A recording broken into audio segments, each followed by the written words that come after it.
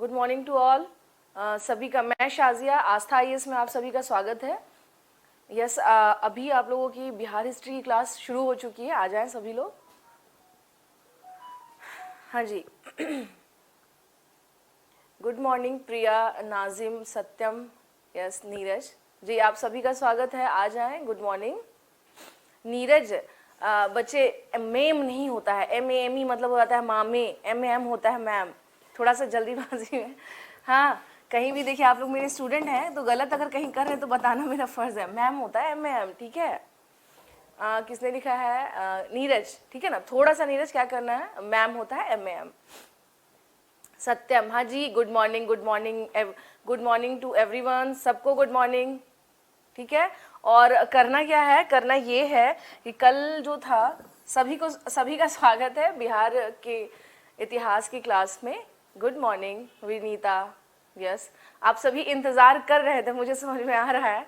हाँ, आप सभी वेट कर रहे थे क्लास का। सबका स्वागत है, सभी बच्चों का स्वागत है। सुप्रभात। यहाँ पर चलिए अब आज ना स्टार्ट करते हैं।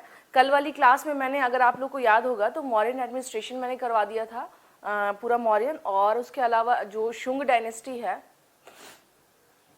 अश्वमेध, विष्णु, समझिए। जैसे आपको यहाँ पर एक मैं एग्जांपल दे देती हूँ। फॉर एग्जांपल कि ये कोई राज्य है, ठीक है ना, ये कोई राज्य है, राज्य की सीमा है, ये किसी राजा की राज्य की सीमा है, ठीक है, राज्य की सीमा है। फॉर एग्जाम्पल ये कोई किंगडम है, ओके, ये क्या है, ये कोई किंगडम है, ये कोई किंगडम है, ओके। यहाँ पर जब राजा बहुत शक्तिशाली हो जाता था तो उसे अपनी शक्ति का परीक्षण करने के लिए, एग्जामिन करने के लिए, वो ये देखता था कि मेरा भय आसपास के लोगों में है या नहीं है, ठीक है। तो इसके लिए एक यज्ञ का आयोजन होता था। यज्ञ इन द सेंस कि एक यज्ञ होता था जिसको हम लोग कहते हैं क्या, वो जाना जाता है किस नाम से, अश्वमेध यज्ञ। अश्वमेध यज्ञ। अब देखिए इसमें आप बोलिएगा कि मैम ये क्या है, तो अश्वमेध, जैसा कि देखिए नाम से ही है, अश्व मतलब होता है घोड़ा, ठीक है ना। अश्व का मतलब क्या होता है, घोड़ा, इट मीन्स हॉर्स, ठीक है।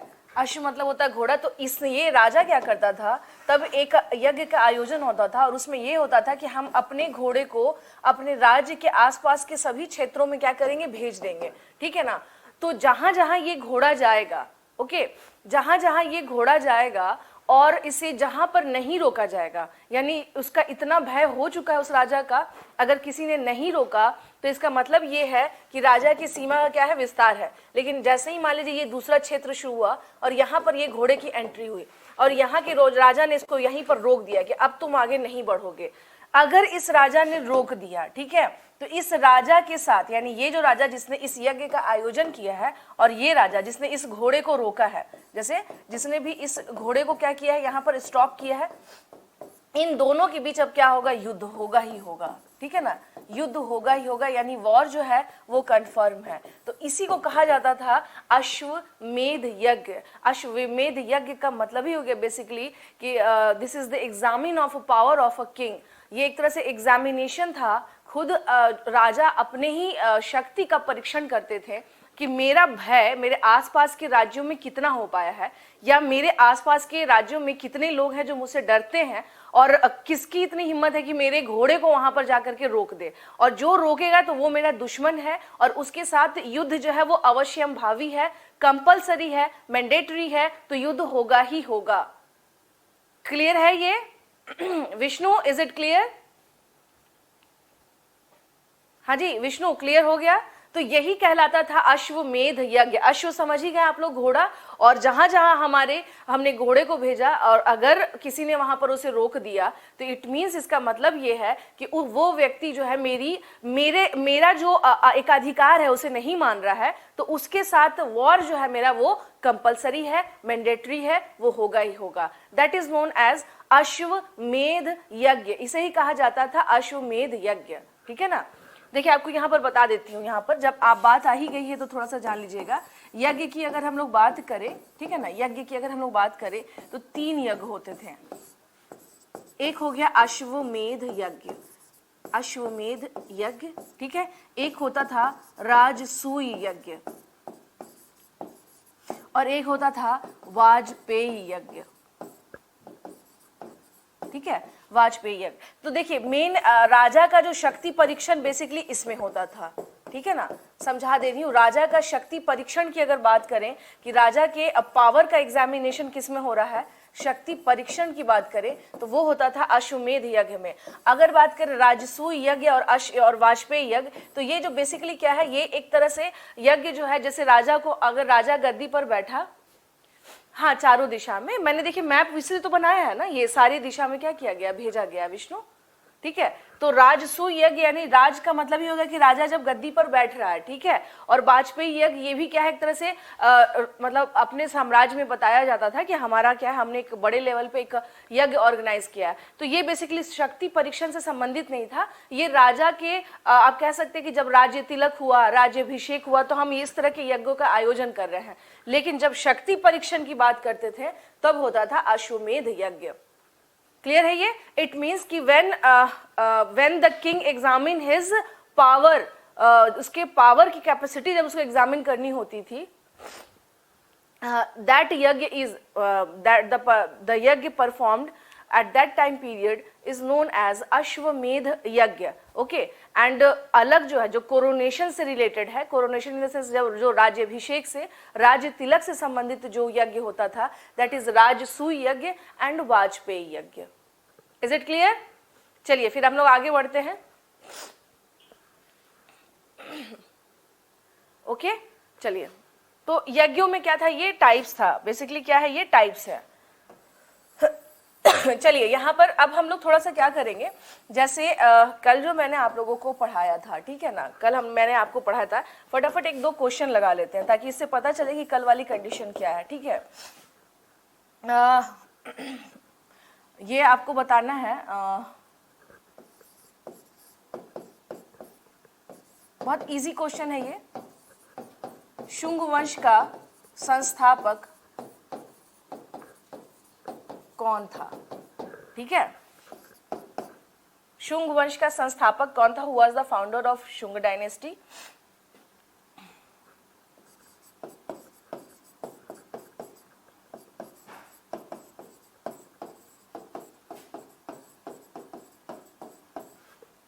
मौर्य साम्राज्य का सेनापति था वो, मौर्य साम्राज्य का द्वारपाल था वो, ठीक है।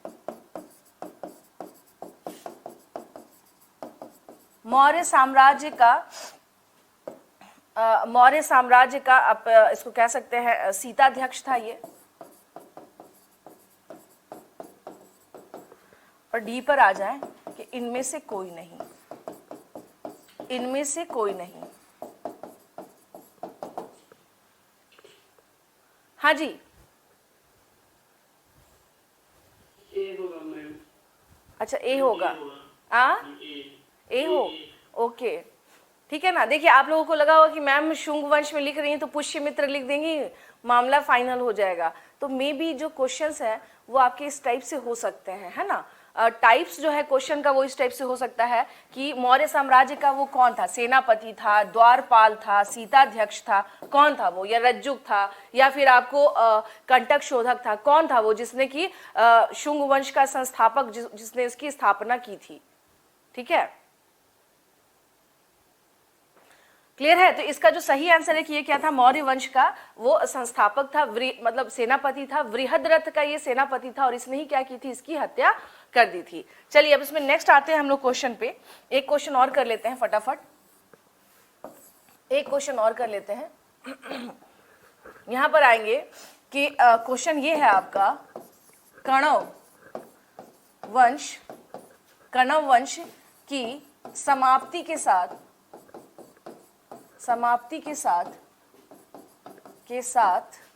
कौन से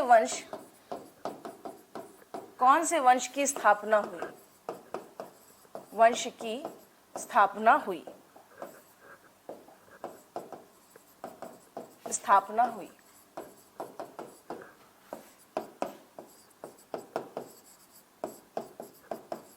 आंध्र सातवाहन, चोल वंश, चालुक्य वंश, डी में आ जाइए पाल वंश। क्वेश्चन ये है कि कण्व वंश की समाप्ति के साथ, यानी कण्व वंश जब समाप्त हुआ था, ये वाला डायनेस्टी जब समाप्त हुआ, तो इसके साथ साथ फिर कौन सा डायनेस्टी जो है वो एस्टेब्लिश्ड हुआ था? Is it Andhra Satavahana, is it Chola dynasty, is it Chalukya, और इज इट पाल डायनेस्टी? अच्छा ए होगा, हाँ ठीक है, ये सही है। इसका आंसर क्या होगा? आंध्र सातवाहन होगा, ठीक है ना। इसका आंसर क्या होगा? आंध्र सातवाहन होगा। चलिए एक क्वेश्चन और हम लोग कर लेते हैं साथ के साथ, आ जाइए एक क्वेश्चन और करते हैं। इससे क्या होगा ना, जो भी आपने पढ़ा है वो चीजें क्या हो जाएंगी, आपको बताना है। एक क्वेश्चन है मौर्य प्रशासन से, ठीक है। क्वेश्चन है आपका मौर्य प्रशासन में, ठीक है, जनपद से संबंधित न्यायिक विषयों, जनपद से संबंधित न्यायिक विषयों का अधिकारी कौन होता था? अधिकारी इन द सेंस कि इसका मतलब ही हो गया जज, अधिकारी है ना, इसका मतलब ही हो गया एक तरह से जज, ठीक है ना, न्यायाधीश जिसको हम कह लेंगे। संबंधित जनपद न्यायिक विषयों से, अधिकारी से बेहतर होगा कि न्यायाधीश ही लगा दे, है ना। न्यायाधीश के बारे में, जनपद यानी ध्यान रखिएगा मैंने क्वेश्चन ये किया है, ठीक है ना, जनपद से रिलेटेड। अब आ जाइए, आपको बताना है इसमें धर्मस्थीय, दूसरा में हो जाएगा आपका कंटक शोधन, सी में हो जाएगा आपका रज्जुक, डी में हो जाएगा आपका अमात्य। चलिए बताइए, क्वेश्चन है आपका कि जनपद से संबंधित न्यायिक विषयों का न्यायाधीश कौन होता था? ए होगा। ठीक से देखिए आप सभी के सभी, फंस गए ना क्वेश्चन में आप सभी के सभी। हाँ मैं वही कह रही हूँ, आप सभी कंफ्यूज हो गए। कल जो मैंने आपको पढ़ाया, मैंने क्वेश्चन पूछा है जनपद, ठीक है ना, मैंने ये नहीं पूछा है दीवानी और फौजदारी नहीं पूछा है, मैंने पूछा जनपद में जो जज हुआ करते थे। अगर ध्यान होगा आप लोग का कल की क्लास का, तो मैंने आपको बताया था कि जनपद का जो जज है वो, उसको किस नाम से बोला जाता था? यस, देव प्रकाश मंडल। दीप्ति, अमात्य कहाँ से आ गए? अमात्य तो जज होता ही नहीं था, वो तो मंत्री परिषद कहलाता था, मंत्रीण कहलाते थे दीप्ति। हाँ जी, क्लियर हुआ आप सबको क्या होना चाहिए आंसर, है ना? समझ में आ गई बात, कहां पे कंफ्यूजन क्रिएट हुआ? फंस गए ना इस क्वेश्चन में? हाँ समझ में आई बात। कल अपना रजिस्टर उठा के चेक करिए एक बार, मैंने क्या बताया है। फटाफट तेजी में क्वेश्चन लगा दिए आप लोग, यही पे जाके कंफ्यूज हो जाते हैं हम लोग, यही समस्या। अच्छा आपने बोला था स्वाति है ना, यस ओके, नाम नहीं दिख पा रहा उसमें। डिफरेंस समझ लीजिएगा, कल जो मैंने आपको बताया उसका डिफरेंस एक बार क्लियर कर लीजिएगा, ठीक है। इसमें पर ये नहीं होना है, कंफ्यूज नहीं होना है कि क्या है क्या नहीं है। चलिए और एक और लास्ट क्वेश्चन इसका कर लेते हैं, इससे रिलेटेड टॉपिक से रिलेटेड क्वेश्चन करेंगे ना, तो आपको समझ में भी आएगा कि हम जो पढ़ रहे हैं उसका क्या हमारा क्या है, ये है इंपॉर्टेंस है। चलिए इसमें एक क्वेश्चन आपका आएगा ये, मौर्य काल में राज्य के द्वारा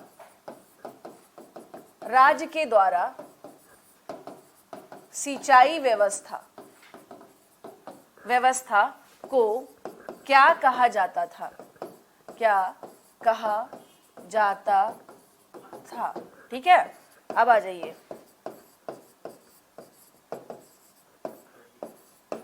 बी में आप आ जाइए, इसे कहा जाता था ये जो व्यवस्था थी, यानी ये जो पूरा का पूरा जो व्यवस्था है, यहाँ पे बात हो रही है कि ये जो सिस्टम था, उस सिस्टम को क्या कहा जाता था, ठीक है ना। तो इसको तीर्थ कहा जाता था,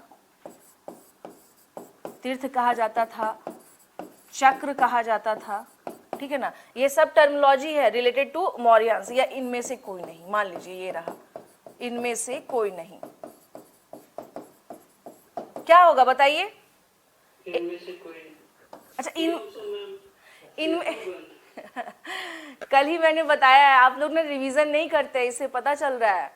एग्जाम आप लोगों के नजदीक आ रहे हैं और रिवीजन की ये व्यवस्था आप लोगों ने कर रखी है, कैसे काम चलेगा? हाँ, मैंने कल ही पढ़ाया है और आज ही आप लोग कंफ्यूज हो गए। मैंने कल ही बताया था सेतु बंध बोला जाता है, जो इरिगेशन की सिस्टम की व्यवस्था अगर एडमिनिस्ट्रेशन कर रहा है तो उसको सेतु बंध कहा जाता था। तो ये सब थोड़ी चीजें ध्यान रखनी होंगी ना आप लोगों को। अच्छा गुलशन, हाँ मैं देख रही हूँ, मैं सबके मैसेज देख रही हूँ। यस, जिन्होंने भी बताया है ए, देखिए कंफ्यूज मत होइए, अब पढ़ाई के साथ साथ ना रिवीजन भी जरूरत है। एक ही उपाय है, मैं आपसे सबसे कहूंगी, एक ही उपाय है, अंतिम उपाय सिलेक्शन पाने का यही है, जो भी पढ़िए उसका आपको revision revision and revision, this is the last option, यही लास्ट ऑप्शन है। समझ में आई बात? ये नहीं कि पढ़ रहे हैं लिख रहे हैं बस क्लास में आने की गड़बड़ी है, क्लास करना है, क्लास पे टाइम पे पहुंच जाना है। ये व्यवस्था बहुत अच्छी है, पढ़िए लेकिन रिवीजन भी करिए। नहीं रिवीजन करेंगे तो आप तो कल का पढ़ाया हुआ आज भूल जा रहे हैं आप सब, ऐसे कैसे चलेगा बताइए? थोड़ा सा मैंने क्वेश्चन ट्विस्ट कर दिया तो आप सबकी हालत खराब हो गई, आप सब उल्टा फुल्टा आंसर दे रहे हैं। ऐसे ऐसे कैसे काम चलेगा बताइए? चलिए एक क्वेश्चन और आप लोग बता दीजिए। हाँ ठीक है, क्वेश्चन ये है कि पाटलिपुत्रा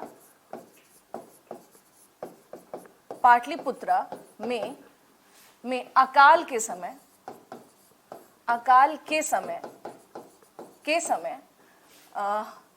उत्तर भारत में कौन से जैन मुनि रह गए थे? ठीक है, ए में आ जाइए स्थूलभद्र, बी में आ जाइए भद्रबाहु, सी में आ जाइए ऋषभदेव, डी में आ जाइए पार्श्वनाथ। चलिए बताइए इसका आंसर क्या होगा? क्वेश्चन ये है कि जब पाटलिपुत्र में अकाल आया था तब उत्तर भारत में कौन जैन मुनि रुक गए थे? उत्तर भारत में अच्छा स्थूलभद्र होगा, पक्का है? श्योर है कि कंफ्यूज है ये बताइए? श्योर है ना? हाँ बिल्कुल सही, स्थूलभद्र यहाँ पर रुक गए थे। ठीक है, अब मुझे ये बता दीजिए जब स्थूलभद्र रुके थे तो यहाँ पर क्या हुआ था? पाटलिपुत्र में जैन से रिलेटेड, हाँ हाँ बौद्ध आप बोलने वाले थे, बौद्ध मत बोलिएगा ठीक है? बौद्ध बोलने वाले थे ना आप? बोले नहीं लेकिन आप बौद्ध बोलने वाले थे। चलिए ठीक है, तो पहली जैन संघ थी, ठीक है, हाँ सही है, पहली जैन संघ थी जो कि 300 ईसा पूर्व में हुआ था। कहाँ पर? पाटलिपुत्र में। क्यों? और किसके नेतृत्व की बात करें कि किसके नेतृत्व में हुआ था? तो स्थूलभद्र के, क्योंकि उत्तर भारत का किसने लिया था? इन्होंने लिया था चार्ज, यानी ये यहाँ रुक गए थे तो उत्तर भारत इनके ही हाथ में आ चुका था। ठीक है, चलिए क्वेश्चन लगाने में मजा आया आप लोगों को? हाँ जी, अब ना ये सोच रही हूँ कि जैसे टॉपिक होता रहेगा ना साथ के साथ क्वेश्चन भी करते चलेंगे थोड़ा बहुत, इससे क्या हो जाएगा ना एक आइडिया तो आप लोगों को हो ही जाएगा। इससे क्या हो जाएगा एक, हाँ तीर्थ जो था ना मौर्यन में, सुन लीजिएगा, जैसे मान लीजिए अभी के टाइम पे आप कहते हैं ना कि फलाना जैसे कृषि मंत्रालय है मान लीजिए, ठीक है ना, महिला विकास विभाग मंत्रालय है, महिला विकास विभाग मंत्रालय है ना, ये तो ये जो मंत्रालय यानी डिपार्टमेंट जो होता था ना अलग अलग, उसे ही तीर्थ बोला जाता था। डिपार्टमेंट को, अलग अलग विभाग को तीर्थ बोला जाता था। क्लियर है? ठीक है ना, अलग अलग विभाग यानी मौर्य के समय पे जो अलग अलग डिपार्टमेंट हुआ करते थे उसी को कहा जाता था ओवरऑल कि ये क्या है, ये तीर्थ है, उसे ही तीर्थ कहा जाता था। मौर्य काल में से क्या कहा जाता था? तीर्थ कहा जाता था मौर्य काल में, जाता था मौर्य काल में।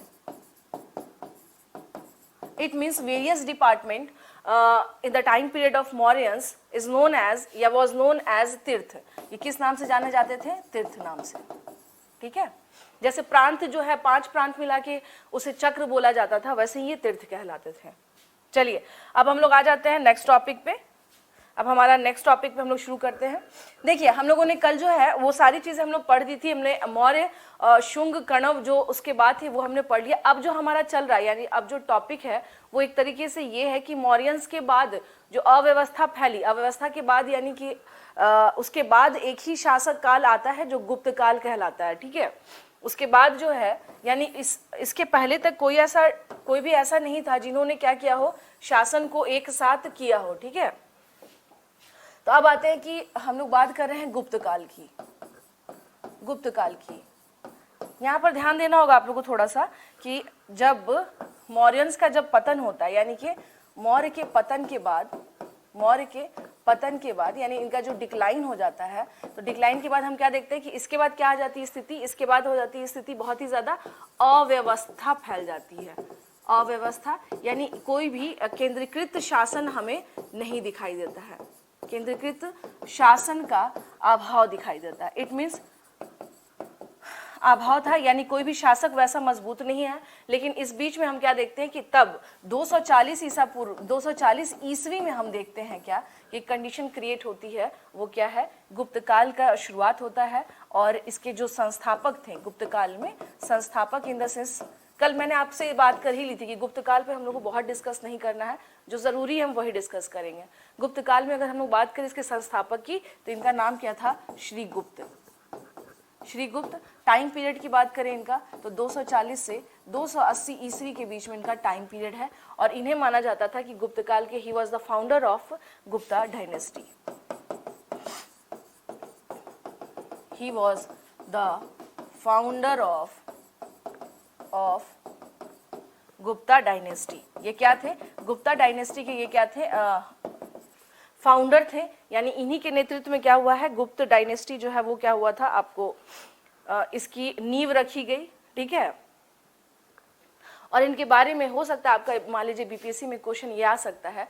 एक क्वेश्चन जो पॉसिबिलिटी बनता है, क्वेश्चन ये है कि गुप्त जो थे वो कुषाणों के कौन लगते थे। मान लीजिए एक क्वेश्चन आपका आ जाए कि गुप्त जो है वो कुषाणों के कौन लगते थे, उनके सामंत थे, उनके मंत्री थे, ठीक है, या आला अधिकारी थे, या उस जमाने के बहुत बड़े जमींदार थे। तो इस तरीके से हो सकता है एक क्वेश्चन आ जाए। तो जो गुप्त जो थे इनके बारे में है कि ये बेसिकली थे कौन, यह कुषाणों के, ये कुषाणों के सामंत थे, ये कुषाणों के सामंत थे, सामंत थे। Basically they were feudals of Kushans, basically they were feudals of Kushans. Kushans के क्या थे वो, सामंत थे। ठीक है ना, तो ये चीज ध्यान रखना है कि गुप्त काल की स्थापना देख रहे हैं हम लोग मौर्य के बाद। ये चीज ध्यान रखिएगा, मौर्य के बाद जो है शुंग आ गए, कण्व आ गए, उसके बाद कुषाण आ गए। लेकिन हम क्या देखते हैं कि उस टाइम पर जो स्थिति बनके जो क्रिएट हुई वो ये हुई कि यहाँ पर हमें कोई भी केंद्रीकृत शासन नहीं दिखाई देता है। एक लंबे समय के बाद जो स्थापना हो रही है वो गुप्त काल की है। किसकी स्थापना हो रही है, गुप्त काल की। ये थोड़ा सा क्या करना है आपको ध्यान में रखना है, किसकी स्थापना हो रही है, गुप्त काल की। ठीक है, एक चीज थोड़ा सा ये भी ध्यान रख लीजिएगा कि अगर बात किया जाए कि जब इसकी डेथ हो जाती है, यानी कि जब मौर्यंस का डिक्लाइन हो जाता है, तो मौर्यंस के डिक्लाइन के बाद अगर हम लोग बात करें तो कौन से शासक आते हैं। ठीक है ना, कौन से शासक आते हैं, तो यहाँ पर ना इसे थोड़ा सा, इस सीक्वेंस को आप लोग थोड़ा सा ध्यान रख लीजिएगा कि जब ये व्यवस्था जब समाप्त हो जाती है, यानी मौर्यों के बाद जो हम लोग जो देख रहे हैं, यानी कि इसको इस तरीके से समझिए, ये मान लीजिए मौर्य था। मौर्य के टाइम पे भाई क्या था, पूरा का पूरा एक साम्राज्य इस तरीके से क्या हो चुका था, डेवलप हो चुका था। मान लीजिए ये पूरा का पूरा क्या था, ये सब मौर्यंस में ही आ रहा था, यानी ये पूरा का पूरा मौर्य साम्राज्य था। लेकिन जैसे ही पतन हुआ और उस तरीके की कोई जब व्यवस्था नहीं आई, तो अलग अलग हम क्या देखते हैं, बाहरी आक्रमण होना शुरू होता है। बाहरी आक्रमण यानी कि फॉरेन इन्वेडर्स जो है वो आ जाते हैं। बाहरी आक्रमण में बात करें तो यहाँ पर हम क्या देखते हैं कि ये वाला एरिया जो है, स्पेशली ये एरिया, यहाँ पर बाहर के लोग आकर के रूल करते हैं। अब बस इसका ना आपको सीक्वेंस याद करना है। अगर मान लीजिए पूछ दिया जाए कि जब मौर्यंस का डिक्लाइन हुआ तो उसके बाद उत्तर पश्चिमी सीमांत, चूंकि वो बहुत ही शुरू से क्या रहा है, इंपॉर्टेंट एरिया रहा है, तो उत्तर पश्चिमी सीमांत क्षेत्र में कौन से ऐसे बाहर के शासक थे जो आकर के रूल करने लगे थे। सीक्वेंस बस ध्यान रख लीजिएगा। इसके कहा जाता है हिंद यवन। हिंद यवन का मतलब ही हो गया इंडो ग्रीक, ठीक है ना। ये कौन से थे, सीक्वेंस में आपको ध्यान रखना है कि यहाँ पर इस वाले बेल्ट में कौन कौन से लोगों ने शासन किया था, इंडो ग्रीक। इसके बाद अगर हम लोग बात करें तो इसके बाद हम लोग क्या देखते हैं, इसके बाद आ जाते हैं शक, यानी इंडो ग्रीक जो है, हाँ इंडो ग्रीक के बाद हम क्या देखते हैं, इंडो ग्रीक के बाद हम लोग क्या देखते हैं यहाँ पर, शक। अच्छा, कल मैंने आपको एक लिखाया था, अगर आप लोग को याद होगा, मैंने बोला था डेमेट्रियस का अटैक हुआ था, किसके टाइम पर हुआ था, जरा बताएंगे। बिंदुसार के टाइम पर अटैक हुआ है डेमेट्रियस का। कल मैंने बताया है आप लोगों को, हाँ मैंने कल ही बताया आप लोगों को कि डेमेट्रियस का अटैक हुआ था, ठीक है, शुंग के काल में। तभी तो मैं कह रही हूं मौर्योत्तर, ध्यान समझिए। मौर्यंस के बाद का जो टाइम पीरियड शुरू होता है स्टूडेंट, जब तक कि गुप्त काल नहीं आ जाता है, यानी जब तक, तब तक में उसको हम लोग कहते हैं पोस्ट मौर्यन पीरियड, यानी मौर्योत्तर काल। तो इसको इस तरह से जोड़ कर रखें, आप लोग भूलते हैं बहुत तेजी में। शक, देखिए हिंद यवन, इसी का शासक था कौन, डेमेट्रियस। डेमेट्रियस इसी का शासक था, इसी का रूलर था जिसने अटैक किया था। कल ही मैंने लिखवाया है, लिखवाया या नहीं लिखवाया है, हाँ जी लिखवाया कि नहीं लिखवाया, कल ही मैंने बताया था ना आप लोगों को। कुछ करिए प्रभु, आप सब कुछ करें, क्या कर रखा है आप लोगों ने, हाँ शक, ठीक है ना, ये देख लीजिएगा। हाँ तो इसको ये चीज ध्यान रखना, हिंद यवन ये सीक्वेंस है। मौर्यों के बाद जो बाहरी शासक इस क्षेत्र में ये जो आक्रमणकारी आते हैं वो कौन कौन थे, शक हो गए। शक के बाद आ जाते हैं, आप देख लीजिए हिंद पार्थियन। शक के बाद कौन आ जाते हैं, हिंद पार्थियन। हिंद पार्थियन इसको कहा जाता है, शक को शकाज लिख लीजिएगा, इंग्लिश वाले शकाज, और इंडो पार्थियन इसे कहते हैं, इंडो पार्थियन। मुझे ये देखिए पूरा हिस्ट्री का टॉपिक है तो मैं उतना नहीं बता रही हूँ, बस एक सीक्वेंस बता दे रही हूँ कि कौन कौन सा फॉरेन इन्वेडर्स आए थे यहाँ पर, वो मैं आप लोग को बता दे रही हूँ। और लास्ट जो थे कुषाण जो है वो क्या कहते हैं, कुषाण डायनेस्टी। इसके बाद जो आता है वो कौन है, कुषाण। कुषाण इसके बाद कौन आ जाते हैं बच्चे, कुषाण। हो गया, ये आप सीक्वेंस याद रखिए। ये बाहर, ये जो क्षेत्र खाली हुआ ना मौर्यों के जाने से, ये इस क्षेत्र पर, यानी यहाँ पर हम देखते हैं कि बाहरी लोग आकर के शासन शुरू कर देते हैं। पहले हिंद यवन पहुंचते हैं, शक आ जाते हैं, शक आकर के भारत के इधर वाले क्षेत्र पे भी रूल कर रहे होते हैं और इधर वाले रूल पे भी, यानी ये भारत के अंदर के अंदरूनी क्षेत्र तक पहुंच जाते हैं। और उसके बाद बात करें हम लोग तो हिंद पार्थियन, ये basically they were from Iran, ये ईरान से थे। ज्यादा लंबा इनका टाइम पीरियड नहीं है। गेंडो फर्निस एक बड़ा रूलर था इंडो पार्थियन का। कुषाण के बारे में बात करें तो कुषाण का ये जो सबसे फेमस रूलर था दैट वाज कनिष्क। अब हमने बात कर रहे हैं क्या, गुप्त की। हम लोग बात किसकी कर रहे हैं, गुप्त की। तो इसका मतलब ये है कि मैंने आपको पहले लिखवाया कि ये कुषाणों के सामंत थे। इट मींस ये लोग क्या थे, इसके सामंत थे, इसके फ्यूडल्स थे, इसके क्या थे, फ्यूडल्स थे। ठीक है, ये है ना।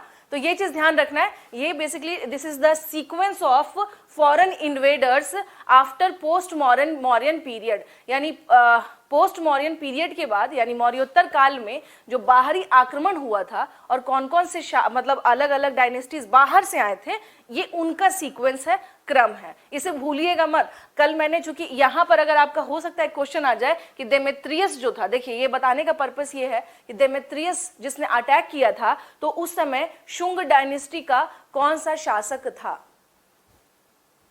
हाँ, मैं बहुत फास्ट चली गई, कहाँ फास्ट चली गई, मैं बिल्कुल ठीक पढ़ा रही हूँ भावना, मैं बिल्कुल ठीक पढ़ा रही हूँ। हाँ, तो ये चीज थोड़ा सा क्या करना है, इसको थोड़ा सा समझ लेना है।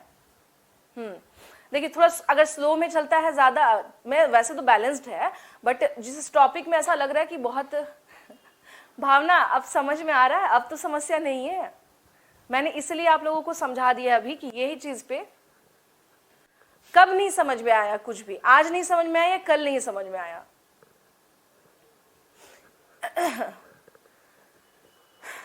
इसमें समझने, इसमें ज्यादा दिमाग लगाना ही नहीं है ना। अभी का ये कि देखिए मैंने अभी फिर से बताया है, सुन लीजिए कि यहाँ पर यानी ये जो था उत्तर पश्चिमी सीमांत क्षेत्र जो था, हम बात कर रहे हैं मौर्योत्तर काल की, मौर्योत्तर काल की, ठीक है ना। ये टाइम पीरियड कौन सा है? Post Mauryan period. Okay, post Mauryan period का मतलब होता है, भावना ध्यान से सुन लीजिएगा, जो मौर्य जब उनका डिक्लाइन हो गया, बृहद्रथ जब लास्ट शासक उसको मार दिया जाता है, तो उसके बाद जो शासक आया, जैसे पुष्यमित्र शुंग आ गए, उसके बाद कणव आ गए, फिर सातवाहनास दिखते हैं, तो ये जो शासक थे ये तो भारत में थे, ठीक है ना। हम बात कर रहे हैं बाहर के शासक जो उत्तर पश्चिमी, जैसे मौर्यों के पास से ये क्षेत्र छीन चुका था, अब चूंकि वैसे कोई शासक नहीं जिन्होंने इस क्षेत्र पर कब्जा किया हो, तो हो क्या रहा है कि बाहर से हम देख रहे हैं कि लोग आ रहे हैं, जैसे कुछ चाइना से, कुषाण जो थे वो चाइना के थे, वो चाइना के सीमांत क्षेत्र से थे, वो आ जाते हैं, कुछ यहाँ मध्य एशिया से, कुछ ईरान वगैरह से आ जाते हैं, तो ये शासक आकर के यहाँ पर रूल करना शुरू करते हैं। अब समझ में आया भावना मैं क्या समझा रही हूं? ठीक है, उसी में एक डायनेस्टी है जो लास्ट, यानी बाहर से जो आए हुए शासकों का जो क्रम है, उसी में एक डायनेस्टी है जिसका नाम है कुषाण, ठीक है ना। और कुषाण के ही सामंत थे। सामंत कौन थे? गुप्त इनके सामंत थे। ये आपको सीक्वेंस थोड़ा सा ध्यान में रखना है, ठीक है। चलिए, तो फ्यूडल्स के बारे में लोग पूछ रहे हैं कि मैम फ्यूडल्स क्या होता है। देखिए, सामंत के बारे में अगर बात करें पता है मुझे ये चलिए भावना, अब क्लियर है आपको? नहीं भाई, मेरे स्टूडेंट किसी को परेशानी नहीं होनी चाहिए। भावना, अब समझ में आ गया मैंने क्या बताया? सामंत के बारे में अगर हम लोग बात करें, अगर जैसे कुछ स्टूडेंट पूछ रहे होंगे कि मैम सामंत किसको कहते हैं, देखिए जो भी सामंत, जैसे मान लीजिए राजा हुआ करते थे, ठीक है ना, और राजा के साथ साथ हम देखते हैं सामंत हुआ करते थे। सामंत के पास क्या था? इनके पास एक बड़ी भूमि होती थी, भूमि इन द सेंस लैंड होता था, इनके पास अपना लैंड हुआ, और इसके साथ एक बड़ी बात क्या थी कि ये अपनी सेना भी रखते थे, ये अपनी सेना रखते थे, आर्मी रखते थे। कई बार जब अटैक होता था राजा के ऊपर, मान लीजिए आक्रमण हुआ, राजा के ऊपर अटैक हुआ, तो होता क्या था, राजा इससे हेल्प लेता था, मदद लेता था, और कहता था कि तुम प्लीज हमें क्या करो, कुछ सेना भेजो, कुछ आर्मी भेजो। हिंद पार्थियन के सामंत नहीं थे बाबा, अलग अलग थे, ठीक है ना। हिंद पार्थियन जो है ना, इंडो पार्थियन जिसके बारे में बात कर रहे हैं, देखिए ये जो है इंडो ग्रीक जो है, ये आप समझ ही गए, इंडो ग्रीक यानी यूनान वाले जो होंगे, मिले जुले हैं, वो वाला क्लैन है ये। इसके बारे में बात करें, शक के बारे में, तो ये माना जाता था कि ये मध्य एशिया से पहुंचे थे, ये अपने चरगाहों को लेकर के पहुंचते पहुंचते इस वाले क्षेत्र में पहुंचे, और जैसे ही पहुंचे तो इन्हें लगा अरे वाह बहुत बढ़िया एरिया मिल चुका है, और यहाँ पर ये रूल करना शुरू कर देते हैं, ठीक है। ये बेसिकली चरगाहों के मवेशियों को लेकर के निकले थे, और निकलते निकलते यहाँ पर जब कोई शासक नहीं दिखा तो ये यहीं रह गए। शक के बारे में बात कर रहे हैं। हिंद पार्थियन के बारे में बात कर रहे हैं, तो हिंद पार्थियन क्या थे? ये ईरान से आए थे, ये लोग ज्यादा लंबे समय तक नहीं रहते, थोड़े दिन का ही इनका टाइम पीरियड था। कुषाण आते हैं, ये चीन के सीमांत क्षेत्र, जो उसका जो बॉर्डर एरिया होता है, वहां से आए थे, ठीक है ना। तो सामंत क्या थे कि यहाँ पर सुन लीजिएगा, राजा जो था, राजा के नीचे एक सामंत होता था, सामंत के पास एक बड़ी भूमि होती थी और इसकी अपनी सेना होती थी। कई बार जब राजा पर आक्रमण होता था तो राजा सामंत से मदद लेता था। अब आप खुद समझ लीजिए कि अगर सामंत से, जैसे मान लीजिए कि मान लीजिए हमारे ही जो प्रधानमंत्री हैं, अगर वो कहें किसी से कि देखो भाई मेरी सेना नहीं है, तुम मुझे सेना से हेल्प करो, तो इससे यही पता चल रहा है ना कि मेन राजा उतना मजबूत नहीं है जितना सामंत मजबूत है। ठीक है भावना, ओके, चलिए आप समझ गई, इट्स ओके। तो इसका मतलब, ये सामंत का मतलब ये होता था, ये काफी शक्तिशाली हो चुके थे। सामंत इनफैक्ट माना जाता है कि गुप्त काल के बाद भी ये सामंती व्यवस्था ने ही क्या किया था, भारत में जो प्राचीन काल जो हमारे यहाँ चल रहा था वो समाप्त होने का बहुत बड़ा कारण यही था, सामंत थे। क्योंकि ये क्या थे, अपनी सेना रखते थे, अपना पैसा होता था, और अपने तरीके से क्या करते थे, ये लोग काफी भोग विलासी वाला जीवन जीते थे, और काफी राजा से कई बार ये ज्यादा स्ट्रांग हो जाते थे। तो यही होते थे सामंत। तो गुप्त के बारे में मैंने आपको क्या समझाया है कि ये कुषाणों के सामंत थे, ठीक है। ये कुषाणों के क्या थे, सामंत थे। अब आते हैं हम लोग इसमें आगे। मैं तो खुद ही आप लोगों को जो बेहतर हो सकता है मैं समझाने की कोशिश करती हूँ कि आपको लोगों को समझ दिक्कत ना आए कि आप लोगों को इसमें दिक्कत ना आए, ठीक है। ये कुछ ज़्यादा ही इसमें डिलीट करना पड़ा। आ जाइए, गुप्त काल की बात करेंगे हम लोग इसमें। देखिए सारे के सारे शासक ने अभी आप लोगों को बता ही दिया मैंने गुप्त काल में कि इसका फाउंडर कौन था, इसका फाउंडर था श्रीगुप्त। इसका फाउंडर कौन था, श्रीगुप्त। लेकिन जो अगर बात करें कि इसके महत्वपूर्ण शासक, इसके महत्वपूर्ण शासकों की बात करें कि कौन से शासक इसके बहुत इंपॉर्टेंट हैं, ठीक है। तो एक जो सबसे पहला हम देखते हैं चंद्रगुप्त प्रथम। चंद्रगुप्त प्रथम, ठीक है ना।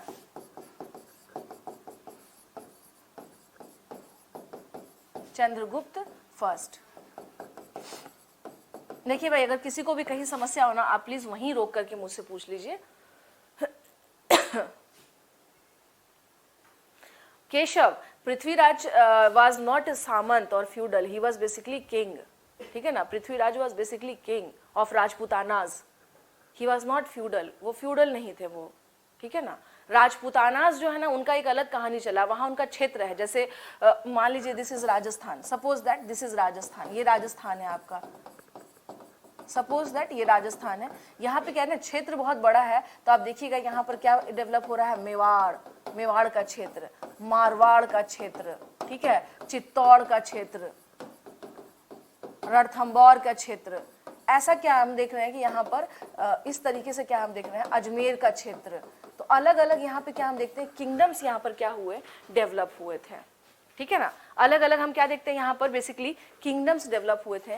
तो इनके बारे में अगर हम लोग बात करें ना केशव, तो दैट ये लोग फ्यूडल्स नहीं थे, लेकिन हाँ राजपूतानाज में एक जो समस्या आई थी, इन्होंने बहुत जल्दी इनका जो मुगलों से संबंध ठीक हो गया था। तो ये बाकी तो हम लोग जब नॉर्मल सामान्य इतिहास बात करेंगे तो बात करेंगे। तो उनका किंगडम था, क्षेत्र बहुत बड़ा है, तो अलग अलग क्या थे वहाँ पे, मेवाड़, चित्तौड़, मारवाड़, ये एक घराना था। तो राजपूताना का अलग कहानी चल रहा होता है, ठीक है। Basically they were not feudals, वो फ्यूडल्स नहीं थे। चलिए अब आते हैं हम लोग यहाँ पर कि चंद्रगुप्त प्रथम, इसके बारे में अगर हम लोग बात करें तो इसके टाइम पीरियड पे, हाँ चंद्रगुप्त प्रथम की अगर हम लोग बात करें यहाँ पर, तो इसके टाइम पीरियड पे हम लोग क्या देख रहे हैं, इसके टाइम पीरियड पे कुछ चेंजेस हम लोग को दिखाई देता है। चेंजेस इन द सेंस अगर हम लोग बात करें कि किस टाइप के चेंजेस हमें दिखते हैं, और स्पेशली गुप्त काल में एक परंपरा आती है। परंपरा इन द सेंस कि एक ट्रेडिशन, एक चलन आता है, और वो ट्रेडिशन क्या था, तो वो ट्रेडिशन हम देखते हैं एक new tradition which was develop in this time period, कि ये लोग अपने नाम के आगे उपाधियां लगाने लग गए। उपाधि यानी कि टाइटल लेने लग गए, टाइटल लेने लग गए, ये लगाने लग गए, लेने भी नहीं लगाने लग गए थे, टाइटल लगाने लग गए थे ये लोग, ठीक है ना। टाइटल का मतलब ये हो गया कि राजा अपने आप को अब क्या करने लगा था, बहुत बड़े स्तर पे अपने आप को शो करने लगा था कि मैं क्या हूं, मैं बहुत बड़ा क्या हूं, राजा हूं, ठीक है ना, मैं बहुत बड़ा क्या हूं, राजा हूं, इस तरीके से।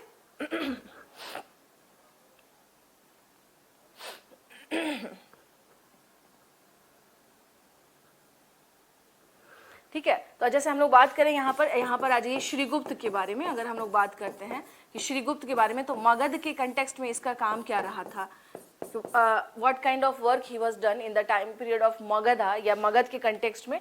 तो हम लोग क्या देखते हैं कि इसने क्या किया था, टाइटल लिया था, इसने भी, श्रीगुप्त ने, इसने कौन सा टाइटल लिया था, इसने भी लिया था महाराजा की उपाधि इसने क्या की थी, धारण की थी।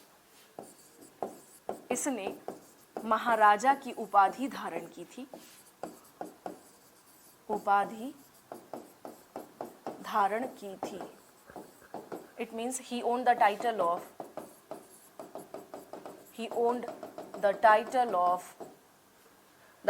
of महाराजा। यानी अब शुरू होता है नाम के आगे बड़े बड़े बात लिखना, द टाइटल ऑफ महाराजा,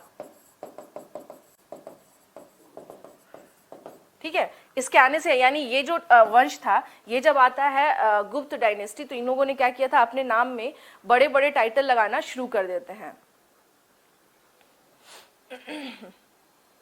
और इनके बारे में वर्णन कौन करता है, तो यहाँ पर क्या करना है, इत्सिंग। इत्सिंग क्या था, ये कि चीनी यात्री था, चीनी यात्री था, basically he was a foreign traveller या चाइनीज ट्रेवलर। इत्सिंग ने इसके बारे में क्या किया है, वर्णन किया है, इसके बारे में वर्णन किया है, बताया है। अच्छा, एक काम आप सब करिएगा, देखिए इससे क्या होगा ना कि फिर से आप लोग जितने भी चाइनीज जो भी ट्रेवलर्स आए हैं, जैसे इत्सिंग हो गया, फाहियान हो गया, वेनसांग हो गया, ये 3 नाम आप लोगों ने सुना है और इनका संबंध भी है। तो हम ये नहीं कह रहे कि सबको आप ध्यान रखिए, एटलीस्ट ये 3 जो है ना, इत्सिंग, फाहियान और वेनसांग, ध्यान रखिएगा। मैं आप लोगों को ना ये वर्क दे रही हूँ एक तरह से, इत्सिंग, फाहियान और वेनसांग,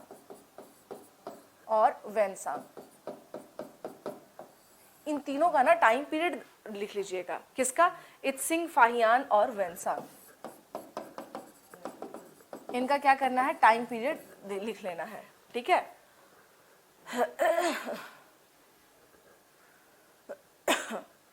रिटेन एविडेंस के तौर पे अगर हम लोग बात करें ना केशव, तो समझिए कि गुप्त काल से शुरू हो जाती है कहानी कि अब हमारे पास रिटन एविडेंसेस, क्योंकि अब क्या है, जो ईसवी जब शुरू होती है ना, तो ईसवी से हम देखते हैं क्या कि इनके दरबार में प्रॉपर इंटेलेक्चुअल्स बैठते थे। नौरत्न आपने सुना भी होगा, तो नौरत्न प्रॉपर इनके दरबार में बैठते थे। तो यहाँ से कल्चर डेवलप होता है कि इतिहास को लिखा जाने लगा, ठीक है, इतिहास को लिखा जाने लगा। ये कल्चर यहाँ से हम देखते हैं क्या डेवलप हो चुका रहता है, ठीक है।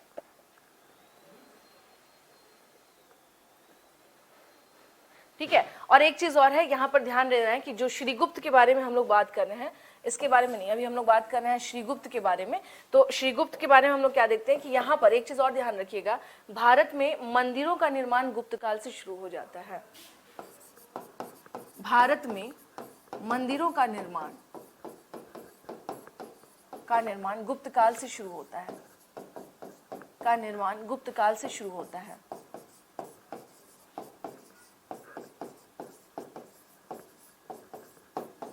It means the construction of temple was started from the time period of Gupta Kal. Deepti, Fahien, Itsing और वेनसांग, ठीक है, इन तीनों को क्या करिएगा, एक अभी फिलहाल इस 3 को करिए ना केशव, अभी फिलहाल इसको करिए, मैं बता दूंगी। अभी मैंने बोला है फाहियान, इत्सिंग, आपको इन तीनों में सिमिलैरिटी दिख रही है ना केशव, ये तीनों के तीनों क्या हैं, आपको चाइनीज है, इसलिए मैंने बोला है। और अगर ये चाइनीज हैं तो इसलिए थोड़ा सा ध्यान रखना है कि बौद्धिस्ट रिलीजन से संबंधित ये लोग आएंगे यहाँ पर चीज़ों को पता करने, ठीक है। तो उसके आपको उसके पहले प्रकृति पूजक नहीं थे, उसके पहले पूजा करते थे, but we don't have construction of a temple, temple का कंस्ट्रक्शन नहीं था। जैसे मान लीजिए हमने क्या किया, शिवलिंग जैसे कोई पत्थर हुआ, हमने उसे रखा और हमने उसकी पूजा शुरू कर दी, ठीक है, तो वही परंपरा चली आ रही थी, मंदिर नहीं था। लेकिन भारत में एकदम ध्यान रखिएगा इस बात को, अगर आपका मगध के रिगार्डिंग ये क्वेश्चन आ जाए कि भारत में मंदिरों का निर्माण किस वंश के शासनकाल से शुरू होता है, तो हम देखते हैं क्या, गुप्त काल के शासनकाल से मंदिरों का निर्माण शुरू होता है। एक चीज और समझ लीजिएगा कि गुप्त जब आते हैं तो अगर आपको लग रहा है कि इस टाइप वाले जो मंदिर होते हैं, ये गिरजाघर तो नहीं ना बन गया, चलिए यही समझिए इस तरह से, ठीक है ना, हाँ ये तो समझ ही जाएंगे। तो मतलब इस टाइप वाले मंदिर जो है हम देख रहे हैं, ये मंदिर नहीं, ठीक है ना, ऐसे मंदिर नहीं।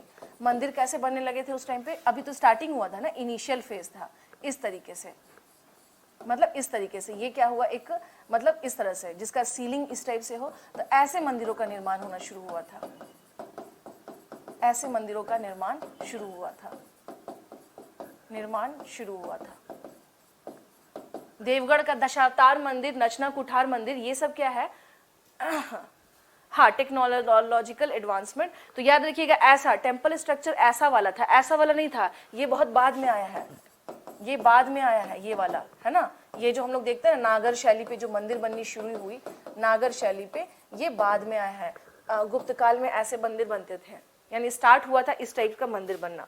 बस मैंने बता दिया आप लोगों के इन्फॉर्मेशन के लिए कि मंदिर उस टाइम पे ऐसे थे। चलिए नेक्स्ट हम लोग आ जाते हैं इसमें कि श्रीगुप्त के बारे में माना जाता है कि श्रीगुप्त ने क्या किए थे, 24 श्रीगुप्त ने 24 गांव, मैंने इतना मंदिर पे क्यों बता रही हूँ, क्योंकि इसने 24 गांव दान में दिए थे मंदिर बनाने के लिए। दान में दिए थे मंदिर बनाने के लिए, ठीक है ना। तो तभी तो प्रमोशन बन रहा है, मिल रहा है मंदिर बनाने के लिए, क्योंकि राजा, जैसे आपने देखा था ना, बौद्ध धर्म से संबंधित कोई भी स्थान बन रहा है तो उसमें राजा ही चाह रहा है। तो हम क्या देखते हैं, 24 गांव दान में दिए थे मंदिर बनाने के लिए। किसने दिए थे? श्रीगुप्त ने, ठीक है ना। तो हम लोग क्या देखते हैं एक तरह से, हाँ, तो हम लोग क्या देखते हैं एक तरीके से,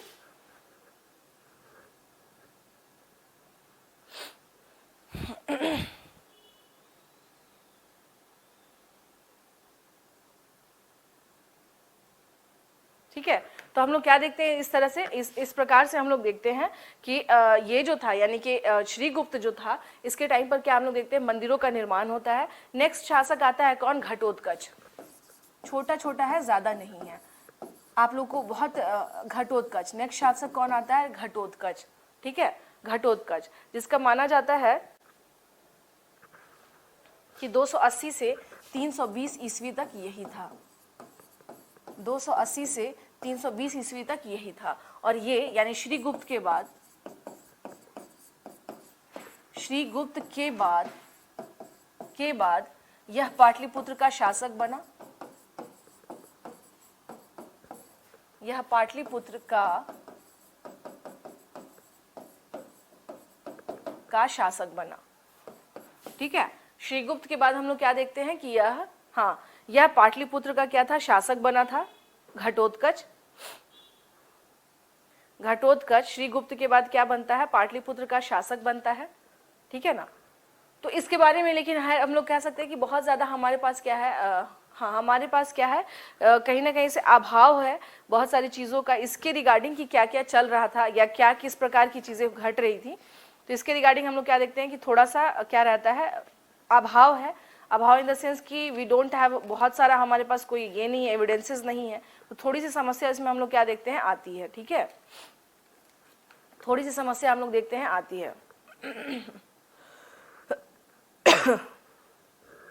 अब आ जाइए कि चंद्र, इसमें गुप्त काल में किसके काल में सबसे ज्यादा जो चेंज आता है वो आता है चंद्रगुप्त प्रथम के काल में। चंद्रगुप्त प्रथम के काल में, यानी कि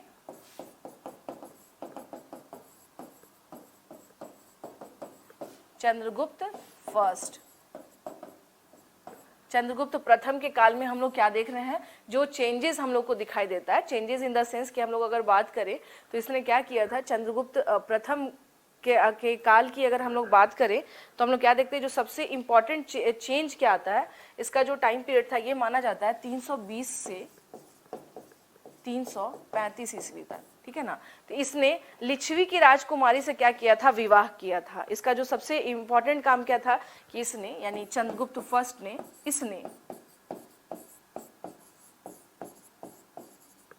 इसने लिच्छवी की राजकुमारी लिच्छवी आप लोग जैसा जान ही रहे हैं। अच्छा पूछते हैं आप लोगों से, हाँ, लिच्छवी किसका पार्ट होगा जी, जरा बताएंगे आप सब। मगध का पार्ट था, अंग का पार्ट था, अच्छा बताइए। हाँ, वज्जी का है। इसका मतलब है कि अब आप लोगों को ध्यान आ रहा है, ठीक है। तो लिच्छवी मैंने आप लोगों को बता ही दिया था सारी चीजें, वेरी गुड, काफी मैं बहुत इंप्रेस हुई इस बात से कि आप लोग ने तुरंत आंसर दे दिया। इसने लिच्छवी की राजकुमारी कुमार देवी से विवाह किया था, कुमार देवी से विवाह किया था,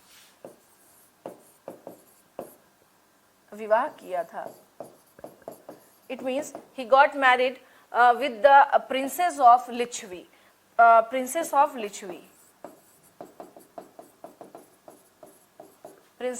Lichvi। देखिए कितना गौरवमयी इतिहास रहा हुआ है हमारा, हाँ, बिहार का। इसने लिच्छवी की राजकुमारी कुमार देवी से क्या किया था, इसने विवाह किया था। और इसके बारे में अगर बात करें, क्योंकि इसका क्या हम लोग देखते हैं संबंध कि इसने टाइटल, उपाधि कौन सी ली थी, उपाधि इन द सेंस टाइटल, उपाधि कौन सी ली थी, महाराजा Dhiraj. He owned the title of महाराजा धीराज। इसने महाराजा धीराज की उपाधि ली थी, ठीक है ना। इसने क्या किया था, महाराजा धीराज की उपाधि ली थी। कुमारी देवी नहीं, कुमार देवी, रितेश, कुमार देवी, कुमारी देवी नहीं है नाम, कुमार देवी नाम है, कुमारी देवी नहीं है, याद रखिएगा। अगर आपको लग रहा है कि मैम कुमार तो होता नहीं है महिलाओं में, ऐसा थोड़ी ना है, ऐसा थोड़ी ना। कुमार देवी उसका नाम ही था, कुमार देवी। ठीक है रितेश, इसमें कंफ्यूज नहीं होना है, ठीक है।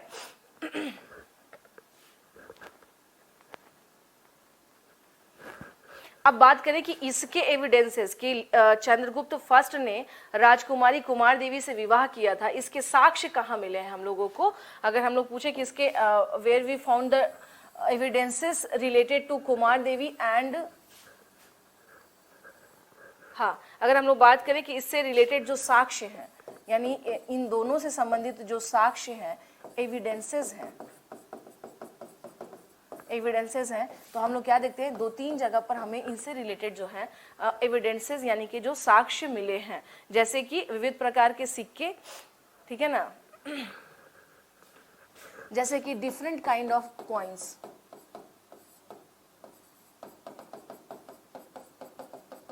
डिफरेंट काइंड ऑफ कॉइन्स,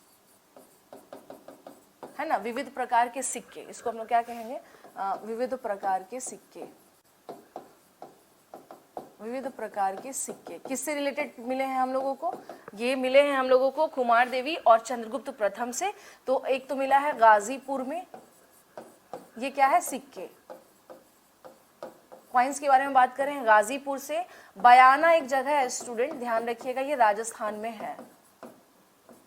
ये कहाँ है, राजस्थान में है बयाना, गाजीपुर, बयाना। और उसके अलावा हम लोग कहाँ देख रहे हैं, मथुरा, मथुरा। तो यहाँ से क्या मिले हैं, साक्ष्य मिले हैं, और हम लोगों को कंफर्मेशन मिल जाता है कि अच्छा यहाँ पर जो है हाँ, इससे हम लोगों को क्या हो जाता है, कंफर्मेशन, जो सिक्के मिले हैं इन दोनों से रिलेटेड वो कहाँ कहाँ मिले हैं, गाजीपुर, बयाना, मथुरा, ठीक है ना, गाजीपुर, बयाना और मथुरा। टांडा भी एक जगह है इसमें क्या नाम है, फैजाबाद के पास में, जहां पर अयोध्या है, टांडा, फैजाबाद, अयोध्या यहीं पर है, ठीक है ना। यहां से हमें इसके क्या मिले हैं, साक्ष्य मिले हैं। और इसके अलावा बात करें तो जो गुप्ता जो थे, इनके टाइम पर क्या किया गया था, सोने के सिक्के चलाए गए थे। क्या किए गए थे, सोने के सिक्के चलाए गए थे, ठीक है। गुप्ता के काल में सोने के सिक्के चलाए गए थे। तो यहाँ पर सोने के सिक्के चलाए गए थे। तो ये अगर आप लोगों ने लिख लिया होगा, ये लिख लिया आप लोगों ने, इसी में आगे बढ़ूं, चलिए आइए इसी में थोड़ा सा आगे बढ़ जाते हैं, ठीक है। तो अगर हम लोग बात करें इनका, तो देखिए माना जाता है कि जो ये जो थे गुप्ता के बारे में, तो ये जो था चंद्रगुप्त प्रथम, इसने ही बड़े लेवल पर क्या किया था, चांदी के सिक्के चलवाए थे। चंद्रगुप्त प्रथम ने बड़े स्तर पर या वृहद स्तर पर चांदी के सिक्के चलाए थे।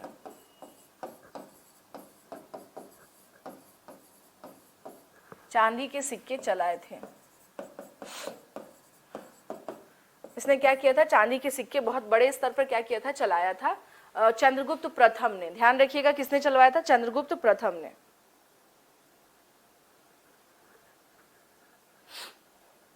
और इसका जो टाइम पीरियड आपने देखा है ना, तो एक गुप्त संवत आता है, गुप्त संवत का मतलब हो गया, संवत इंग्लिश में मैं लिख दे रही हूं, लेकिन मैं बता देती हूँ होता क्या है। ये गुप्त संवत जो है, संवत की शुरुआत चंद्रगुप्त प्रथम ने ही की थी, की शुरुआत चंद्रगुप्त प्रथम ने ही की थी, चंद्रगुप्त प्रथम ने ही की थी, प्रथम ने की थी, ठीक है ना। तो हम लोग क्या देखते हैं कि गुप्त जो है,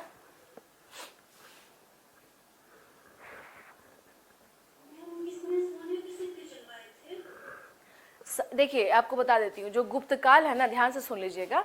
गुप्त काल में सोने और चांदी दोनों के सिक्के चले थे, ठीक है। और सोने के सिक्के इसने फर्स्ट टाइम क्या हम देखते हैं कि प्रैक्टिस में आते हैं, लेकिन चांदी के बड़े स्तर पर जो सिक्के हैं वो इसने चलवाए थे, चंद्रगुप्त ने, ठीक है। एक क्वेश्चन आप लोग का अगर ये भी आ सकता है कि भारत में किसने सर्वप्रथम सोने के सिक्के चलवाए थे, तो सबसे पहले अगर हम लोग बात करें तो वो किसने चलवाए थे, बताइए।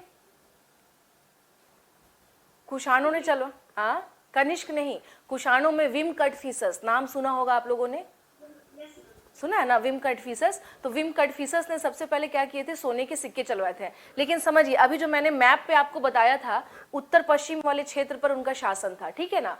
तो उत्तर पश्चिम का क्षेत्र अगर छोटा होगा तो मुझे एक बात बताइए कि सोने के सिक्के जो चलाए जाएंगे तो उसकी शुद्धता ज्यादा होगी या कम होगी, बताइए। अगर छोटे क्षेत्र में आप सोने के सिक्के चलवा रहे हैं तो उसमें जो सोना होगा वो प्योर होगा या मिलावटी सोना होगा, प्योर होगा मैम। प्योर होगा ना। तो इसका मतलब है कि प्योर सोना छोटा क्षेत्र किसका है, बताइए, गुप्तों का या कुषाणों का, कुषाण का है। तो इसका मतलब है कि छोटे क्षेत्र में जो गोल्ड कॉइन चलाया विम कटफिसस ने, तो वहां पर प्योर सोना वहां पर इस्तेमाल होगा। पर गुप्त काल में क्या देखते हैं कि सोने के सिक्के चलाए तो गए थे पर उसमें बहुत सारे अन्य धातु मिला दिए गए थे, प्योर नहीं था। समझ रहे हैं आप। एक बड़े क्षेत्र में अगर आप, चूंकि देखिए गुप्ता के बारे में बात करें तो पूरा मगध वाला क्षेत्र आप ले लीजिए, ठीक है, उसके साथ साथ उत्तर प्रदेश का क्षेत्र ले लीजिए, उसके साथ साथ मध्य देश ले लीजिए जो कि मध्य प्रदेश का हुआ। अब इस क्षेत्र में आप सोने के सिक्के चलवा रहे हैं, इतने क्षेत्र में सोने के सिक्के, तो वो प्योर कहां से रहेगा भाई, उसमें तो मिलावट हो ही जाएगा। समझ गए ना आप सब, क्लियर है ये, ठीक है। तो ये चीज ध्यान रखिएगा कि सोने के सिक्के गुप्तों ने चलवाया तो था बड़े पैमाने पर, चूंकि क्षेत्र बड़ा है, यही चीज ध्यान रखिएगा। क्वेश्चन आप लोग का यही फंसाता है कि गुप्त जो थे, अगर आपका क्वेश्चन ये है कि किसने बड़े स्तर पर सोने के सिक्के चलवाए थे तो गुप्ता ने, किसने शुद्ध सोने के सिक्के चलवाए थे तो कुषाणों ने। क्लियर है।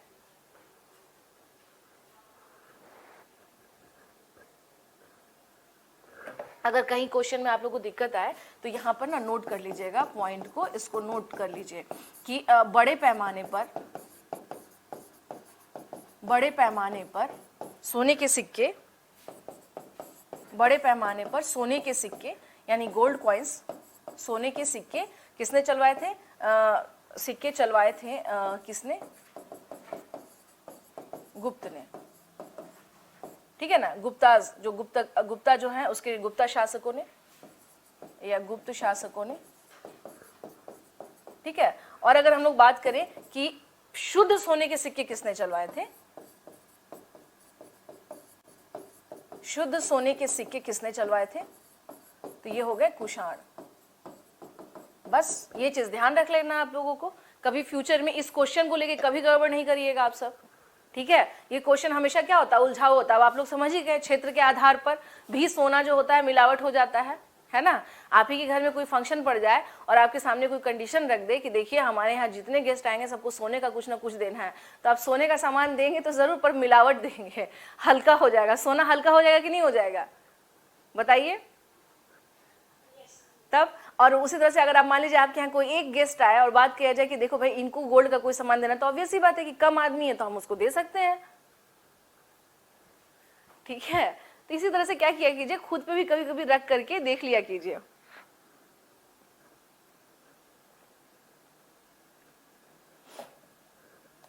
ठीक है। तो अगर एक चीज और है, अगर पूछ दिया जाए कि गुप्त काल में किसने राजा रानी के सिक्के चलवाए थे, ध्यान से सुन लीजिएगा। विष्णु कह रहे हैं नहीं देंगे अगर गरीब हो गए तब। क्यों, बुरा क्यों सोचते हैं, हाँ? देखिए क्या नाम है, गौरव का क्वेश्चन है मैम गुप्त संवत। हाँ देखिए 319 से 20 के बीच में इसने क्या किया था, गुप्त संवत की शुरुआत की थी, गुप्त संवत की शुरुआत की थी, ठीक है। गुप्त संवत की शुरुआत किसने की थी,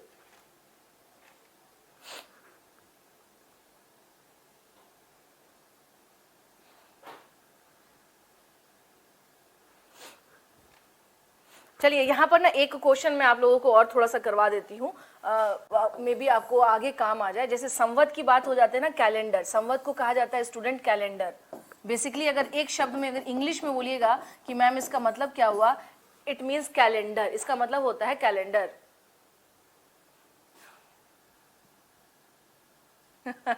देख लीजिए केशव बता रहे बीपीएससी निकाल लो कभी गरीब नहीं रहोगे। सुनिए ये हो गया संवत। अब यहाँ पर आ जाइए, एक संवत आपको मैं बता देती हूँ यहाँ पर, विक्रम संवत। नाम सुना है आप लोगों ने? हाँ जी, विक्रम संवत का नाम सुना है? सुना है? कब स्टार्ट हुआ था? विक्रम संवत 368 में कब स्टार्ट हो गया? 58 ईसा पूर्व। ध्यान रखिएगा, शकों के काल में एक शासक था, जो कहाँ का था? ये था गुप्त, वहां पर यानी मध्य देश में ये शासक था। इसने पराजित, शकों को पराजित किया और करने के बाद इसने क्या किया? एक संवत स्टार्ट किया। उस संवत को कहा गया विक्रम संवत। 58 ईसा पूर्व में बेसिकली शकों को मारने के बाद विक्रम संवत स्टार्ट किया गया था। ठीक है, इसके बाद अगर हम लोग बात करें यहाँ पर, यानी इसके बाद कौन सा संवत आया था, तो जैसा आप लोग जानते हैं शक संवत।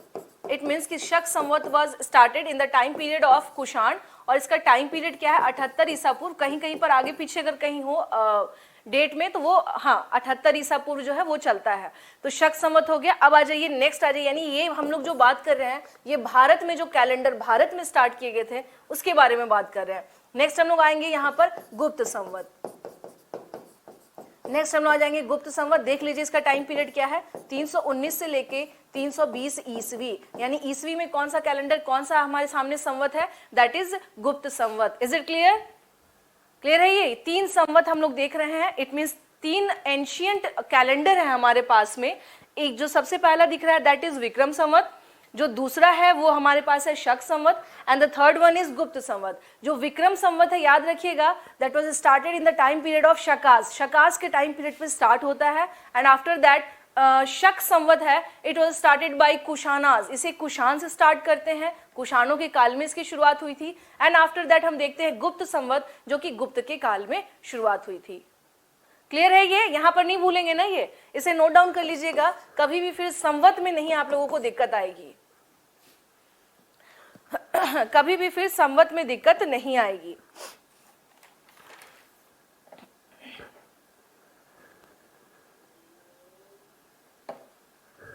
हाँ जी बताइए, कुछ कह रहे थे क्या? ठीक है, तो ये हाँ बताइए। और अगर बोला जाए, जैसे आपसे पूछा जाए कि अभी हम लोग कौन सा कैलेंडर यूज कर रहे हैं, दैट इज ग्रिगोरियन कैलेंडर। याद रखिएगा, ग्रिगोरियन कैलेंडर है जो सबसे लास्ट में बना है और पूरी दुनिया में अब यही चलता है। भारत सरकार कौन से कैलेंडर को यूज कर रहा है? तो याद रखिएगा, भारत सरकार किसको यूज करता है जी? बताइए, इनमें से कौन सा भारत सरकार यूज करता है? विक्रम संवत यूज किया जाता है भारत सरकार के द्वारा, शक संवत यूज किया जाता है, या गुप्त संवत? ये किसने बोला कोई नहीं है? हाँ, इंडियन गवर्नमेंट। सुनिए, नहीं, गलत है आपका आंसर। हाँ, मैंने क्या पूछा? भारत सरकार कौन से संवत को यूज करती है? देखिए, सब के सब कंफ्यूज हो गए कि इंडियन गवर्नमेंट कौन से किसको यूज करती है। अभी तक नहीं पता, इतना बार ये क्वेश्चन आ चुका है, गजट में लिखे रहते हैं। हाँ जी बताइए, सोच लीजिए, मैं आप लोगों को समय दे रही हूँ, कोई बात नहीं, आप लोग समय लीजिए, कोई समस्या की बात नहीं है। ये क्वेश्चन से पाला पड़ेगा ही पड़ेगा, आप लोगों को मान के चल लीजिए। ये कौन सा? अच्छा, ये गूगल सर्च किया क्या फटाफट? अच्छा जी, बहुत बार क्वेश्चन आया हुआ है आप लोगों से। मैं कोई नहीं, इस क्वेश्चन को आज यहीं छोड़ देते हैं, आप लोग तब तक दिमाग लगाएं, जाके देखें, इसी बहाने संवत तो पता चल जाएगा। कुछ क्वेश्चन छोड़ने का उपाय यही रहता है। चलिए आते हैं हम लोग नेक्स्ट इसमें, चंद्रगुप्त, किसमें? समुद्रगुप्त पर आ जाते हैं। यस, नेक्स्ट आते हैं हम लोग समुद्रगुप्त पे। कहेंगे मैम हम लोग क्वेश्चन में डेली क्या कर देती हैं? फंसा देती हैं। और किसने बोला था कि मैम इनमें से कोई नहीं इस्तेमाल होता है? किसने कहा था अभी? बच्चे थोड़े, नहीं, भारत सरकार, मैंने क्वेश्चन ध्यान से सुनिएगा, मैंने ये पूछा था कि इंडियन गवर्नमेंट किसको यूज करती है, और आपका ये क्वेश्चन ना कई बार आ चुका है, कई बार। ठीक है, तो ये क्वेश्चन आने की पूरी पॉसिबिलिटी क्या हो जाती है? बढ़ जाती है बच्चे, तो इसको ना भूलना नहीं है इसको। अच्छा, राजा रानी के सिक्के किसने चलवाए थे? आशुतोष, आप ही से पूछ रही, मैं आप ही लोग से सवाल कर रही हूँ, राजा रानी के सिक्के किसने चलवाए? बताइए।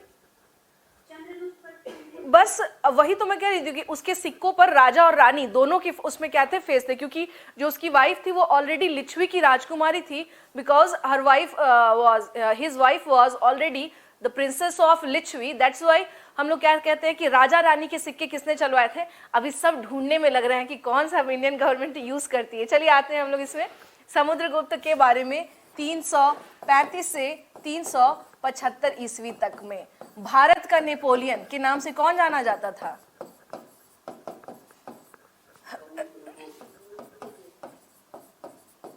इसे भारत का नेपोलियन कहा जाता है, ठीक है ना। मुझसे किसी ने कहा कि मैम नेपोलियन तो बहुत बाद में आया, ठीक है, तो ये नेपोलियन से कैसे तुलना हो गई? एक बच्चे के दिमाग में क्यूरियोसिटी आई कि नेपोलियन तो मैम बहुत बाद में आता है, हम लोग उसे 1718 के आसपास देख रहे हैं, तो ये कहाँ से आ गया ये नेपोलियन से, हम लोग कैसे इसको तुलना कर रहे हैं? कहें भाई तुलना हमने नहीं की है, तुलना वीए स्मिथ ने की है, ठीक है ना। ये कंपैरिजन हमने नहीं किया, ये किसने किया है? ये वीए स्मिथ साहब हैं, ये इतिहासकार थे जिन्होंने सारी हिस्ट्री पढ़ने के बाद इन्होंने कहा कि अगर इंडिया के कंटेक्स्ट में देखें तो ये हमें किस तरह से दिखाई दे रहा है, ये हमें भारत का जो है नेपोलियन दिखाई दे रहा है। क्यों दिखाई दे रहा है? देखिए, इसने उत्तर के 12 क्षेत्र यानी 12 राज्य नॉर्थ इंडिया के और 12 राज्य दक्षिण भारत के इसने क्या किए थे? जीते थे। 12 जो एरिया है यानी 12 जो राज्य थे उत्तर भारत के और 12 राज्य दक्षिण भारत के इसने जीते थे। इसी कारण इसे क्या कहा जाता था? इसी कारण इसे क्या कहा जाता था? इसे भारत का क्या कहते हैं हम लोग कि ये नेपोलियन कहलाता था। एक चीज और सुन लीजिएगा, अगर पूछा जाए कि आर्यवर्त का युद्ध किसने किया था, ठीक है ना, आर्यवर्त, भारत का एंशिएंट नाम क्या था भाई? भारत का प्राचीन नाम क्या था? What is the ancient name of India? क्या हो गया, किस सोच में पड़ गए? आर्यवर्त के नाम से भारत जाना, एक बहुत सारे ऐसे न्यूज़पेपर है अभी भी तो देखिएगा जिसका नाम होता भारतवंश नहीं केशव, आर्यवर्त के नाम से। बेसिकली जब वैदिक काल शुरू होता है तो माना जाता है कि आर्यंस भारत पहुंचे थे और वही फिर धीरे धीरे भारत के अलग अलग क्षेत्रों में क्या हो गए, वो वहां पर उनका प्रसार हुआ, यानी वो अलग अलग क्षेत्रों तक पहुंचे। That's why India is also known as Aryavarta, यानी वैसा देश जहां पर आर्य रहते हो, ठीक है। तो यहां पर सुन लीजिए, आर्यवर्त का युद्ध, अगर ये क्वेश्चन आता है कि आर्यवर्त का युद्ध किसने लड़ा था, तो ये समुद्रगुप्त था।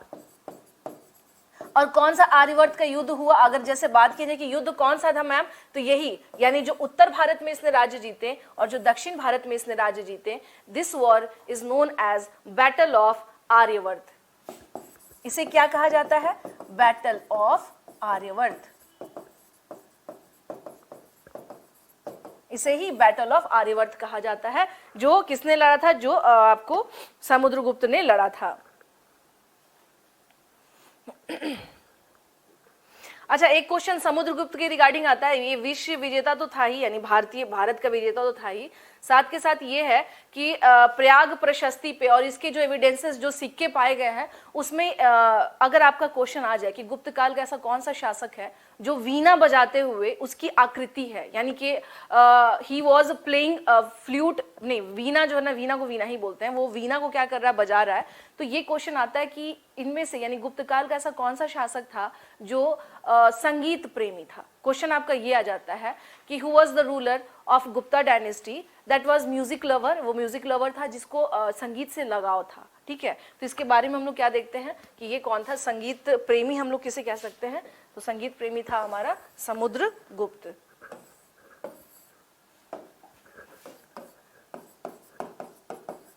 संगीत प्रेमी था, संगीत प्रेमी इन द सेंस इसे म्यूजिक लवर ही, म्यूजिक लवर हम लोग कह सकते हैं, काफी पसंद करता था। तभी हम लोग क्या देख रहे हैं कि ये जो है अपने इसके जो सिक्के हैं, जो कॉइन्स हमें इसके मिले हैं, उस पर हम लोग क्या देखते हैं कि ये वीणा बजाते हुए इसके एविडेंसेस पाए गए हैं। सिक्कों पर वीणा बजाते हुए इसकी आकृति है, इसकी आकृति है, ठीक है ना। तो ये क्या है, ये किसके बारे में बात हो रही है, हम बात किसके बारे में कर रहे हैं, तो हम लोग डिस्कस कर रहे हैं अबाउट समुद्रगुप्त। और समुद्रगुप्त के बारे में क्या देख रहे हैं कि ये क्या था, म्यूजिक लवर था, संगीत प्रेमी था, इसने युद्ध लड़े थे। अगर बात किया जाए कि who was the Napoleon of India, that Samudragupta according to V A Smith. किसके हिसाब से, अकॉर्डिंग टू वीए स्मिथ के अकॉर्डिंग हम लोग देखते हैं कि यहाँ इसका म्यूजिक लवर कौन है, ये है। और आर्यवर्त का बैटल किसने लड़ा था, तो ये भी कौन था, समुद्रगुप्त था। ठीक है, तूफानी किंग था ये हाँ, तो ये अगर आप तूफानी है तभी तो आपके नाम आ रहे हैं। ठीक है, और एक चीज और है, प्रयाग प्रशस्ति। अगर आप लोग को याद होगा तो मैंने आप लोग को ऑलरेडी बताया था कि अशोक के अलग अलग 7 पिलर एडिक्ट्स थे ना, 7 उसके क्या थे, जो ऑलरेडी स्तंभ लेख थे, जो कौशाम्बी में, कौशाम्बी जो कि इलाहाबाद के नजदीक है राइट नाउ, कौशाम्बी जो है या फिर जो इलाहाबाद है वो प्रयागराज हो चुका है, उसे प्रयाग प्रशस्ति के नाम से भी बोला जाता है। तो अगर आपके सामने ये क्वेश्चन आए कि प्रयाग प्रशस्ति पर कौन से ऐसे गुप्त शासक के बारे में बताया गया है या उसको डिफाइन किया गया है, दैट वाज समुद्रगुप्त। ठीक है ना, प्रयाग प्रशस्ति पर, इसे आप इस तरह से भी लिख सकते हैं कि प्रयाग प्रशस्ति पर हम लोग क्या देख रहे हैं, बात करें अगर हम लोग कि प्रयाग प्रशस्ति पर हम लोग किसके बारे में देख रहे हैं एविडेंस के तौर पर कि उसके बारे में बात की गई है, तो यहां पर देख लीजिएगा प्रयाग प्रशस्ति। प्रशस्ति समझते हैं आप सब, हाँ जी, मुझे जरा बताइएगा what do you mean by प्रशस्ति, बताएं आप सभी। मेरा सवाल आप लोगों से है, प्रयाग प्रशस्ति पर क्या है, बताइए। नहीं, वो तो बोला जाता है अकॉर्डिंग टू अशोकाज एडिक्ट के कंटेक्स्ट में, अगर हम लोग देखें तो बताइए उसे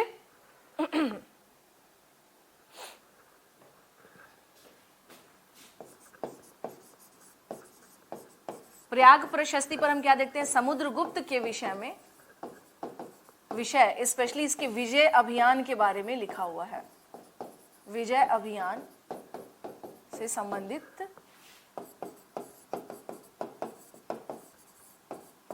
कोई नहीं बोल रहा प्रशस्ति। अरे बाबा, स्कूल में कभी फर्स्ट सेकंड, कभी स्पोर्ट्स में कुछ लिया है, कभी कुछ मिला है सर्टिफिकेट आप लोगों को, हाँ, कभी स्कूल में, कभी डिबेट में, कभी दौड़ने में या कुछ भी स्पोर्ट्स में, कभी कोई भी सर्टिफिकेट मिला है आज तक आप लोगों को, कुछ तो मिला ही होगा, डिबेट कॉम्प मिला है ना, तो वो जो सर्टिफिकेट मिला है उसको क्या बोलते हैं हिंदी में, प्रशस्ति पत्र, समझ गई उसे ही कहा जाता है क्या। तो आप सोच लीजिए, समुद्रगुप्त को मिला था, आप लोग के पास भी सर्टिफिकेट है, यानी प्रशस्ति पत्र है, समझ गई बात। तो प्रशस्ति का मतलब होता है जो प्रशंसा में दिया जाए, समझ में आई बात। बताने का कंटेक्स्ट यही है कि सिर्फ टॉपर को नहीं, जो आपकी प्रशंसा में आपको जो हम सर्टिफिकेट दे रहे हैं, तो आपको हम अप्रिशिएट, उसको अप्रिशिएशन सर्टिफिकेट भी कहा जाता है। तो इसका मतलब ये होता है कि आपकी प्रशंसा में दे रहे हैं हम लोग, ठीक है। तो प्रशस्ति पत्र का भी याद नहीं कुछ बच्चे ना ये हो गए, परेशान हो गए कि मैम हमें तो कभी सर्टिफिकेट मिला ही नहीं है। कोई बात नहीं, कोशिश करिए कि 66 बीपीएससी जैसे ही क्लियर होगा वो अपने आप में क्या हो जाएगा, एक सर्टिफिकेट हो जाएगा, है ना। तो बस ध्यान रखना है कि जिस तरह से मैंने क्या कहा कि आप जब स्कूल में अच्छा करते थे तो आपको सर्टिफिकेट मिलता था, सेम वैसे ही कि समुद्रगुप्त ने जब अच्छा किया जब आप लोग पूछ रहे हैं कि मैम वो तो रानी का अभिलेख है, जैसे मान लीजिए ये अभिलेख है, ठीक है ना, ये पिलर एडिक्ट है इसका अशोक का। मैंने क्या बताया था, ये पहले कहाँ पर था, ये था कौशाम्बी में, ठीक है ना, कौशाम्बी में था। बाद में इसी पिलर एडिक्ट को उठा करके सब कहाँ ले गए राजा लोग, ये आ गया प्रयाग। अब ये मत पूछ दीजिएगा मैम ट्रेन से ले गए थे, ठेला से ले गए थे, गाड़ी से ले गए, प्लीज ये सवाल मत करिएगा। इनके पास बहुत सारी सेना होती थी जो इसे उठा करके कहाँ ले जाती है, ये आ जाता है प्रयाग, ठीक है। तो अब देखिए अलग अलग शासकों ने, अब जब हम हो जाते हैं तो राजा की जो कंस्टिट्यूएंसी होती है, जो मेरा जुरिडिक्शन है, तो उसमें तो ये भी आ जाएगा, यानी ये मेरा हो चुका है। अब मेरी इच्छा है कि इस पर मैं क्या करूं, ठीक है। तो सेम हम क्या देखते हैं कि जैसे जब ये जो समुद्रगुप्त का टाइम आता है तो गुप्त काल में इन लोग अपनी भाषा में अपने राजाओं के बारे में इसमें अपनी कुछ बात लिखवाते हैं या तारीफ करवाते हैं या प्रशंसा करते हैं। समझ में आई बात, क्लियर है ये। अरे बाबा ये बताइए कि आप लोग जाते हैं ना हिस्टोरिकल साइट्स पर जाते हैं ना देखने के लिए, और देखिए वहां जाके सारी बात आप लोग लिख के चले आते हैं, लिख के आते हैं कि नहीं आते हैं?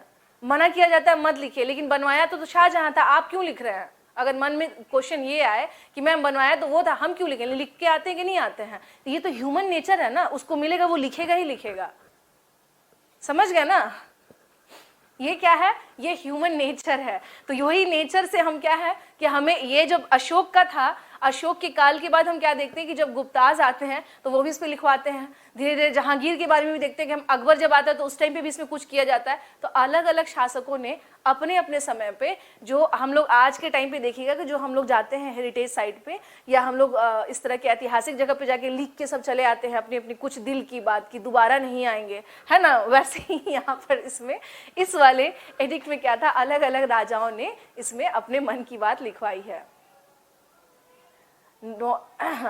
यहां तक समझ में आया आप लोगों को? हाँ जी, क्लियर है? Is it clear?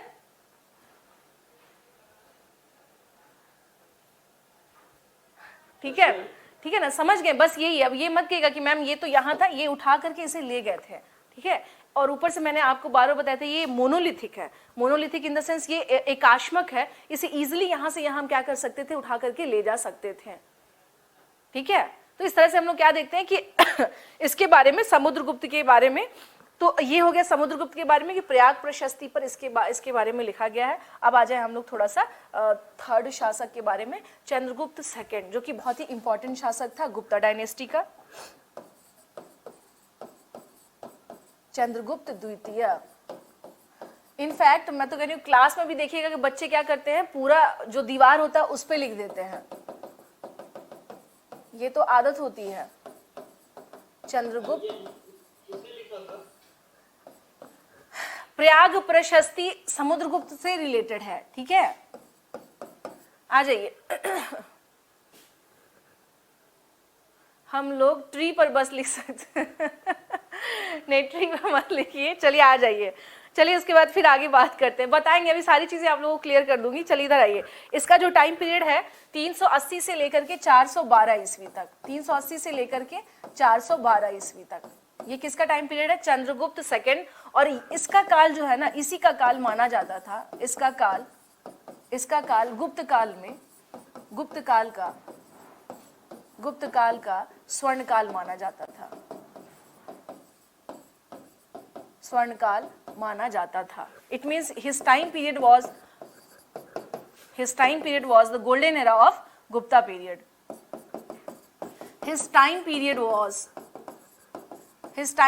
was golden era of Gupta period. अब देखिए, अब आप बोलेगा कि मैम सोने के सिक्के चल गए थे क्या जो स्वर्णकाल बोला जा रहा था? स्वर्णकाल, ध्यान से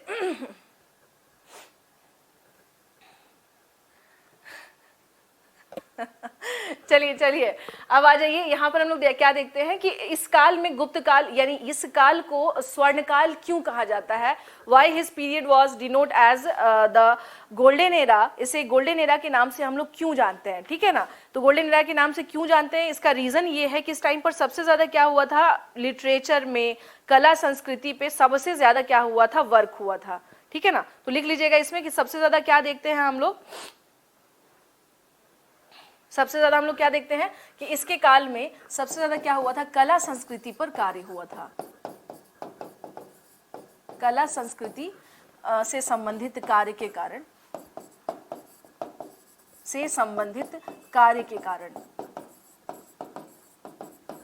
ठीक है ना? सबसे ज्यादा क्या हम देखना है कि आर्ट एंड कल्चर के कंटेक्स्ट में हम लोग क्या देखते हैं, ये सबसे ज्यादा। चलिए, तो कला संस्कृति से संबंधित हम लोग क्या देखते हैं, सबसे ज्यादा जो आर्ट एंड कल्चर से संबंधित जो काम था वो चंद्रगुप्त सेकंड के टाइम पर हुआ था, ठीक है? और इसके अलावा अगर हम लोग बात करें कि जैसे कालिदास हो गए, ये सारे के सारे जो हैं, हाँ, ये सारे के सारे जो हैं, ये कहाँ पर थे, किसके टाइम पीरियड पे दिखाई देते हैं? इसी के टाइम पीरियड पे। नवरत्न का जो कॉन्सेप्ट आप देखते हैं ना, नवरत्न, इसके दरबार में कौन थे? नवरत्न थे। इंग्लिश में इन्हें हम लोग कहेंगे 9 जेम्स। नवरत्न किसके दरबार में थे? ये चंद्रगुप्त सेकंड के दरबार में हम लोगों को दिखाई देते हैं, ठीक है?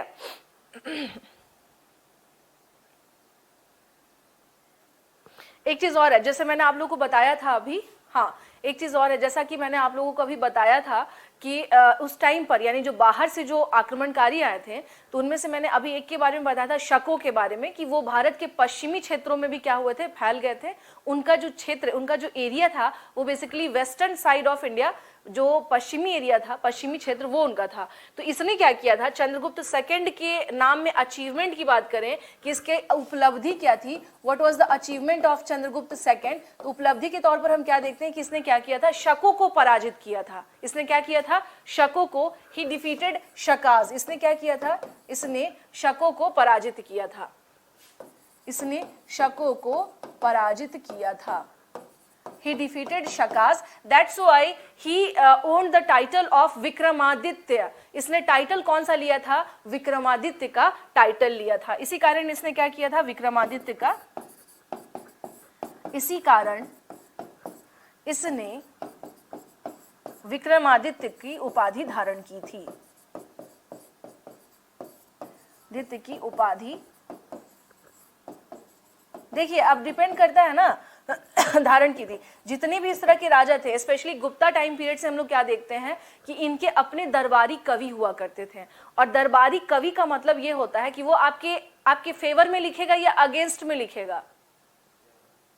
हाँ बताइए जी आप सर, फेवर में लिखेगा। तो अब एक बात बताइए, समुद्रगुप्त के बारे में हरिसेन अगर लिख रहा है तो वो फेवर में लिखेगा या अगेंस्ट में लिखेगा?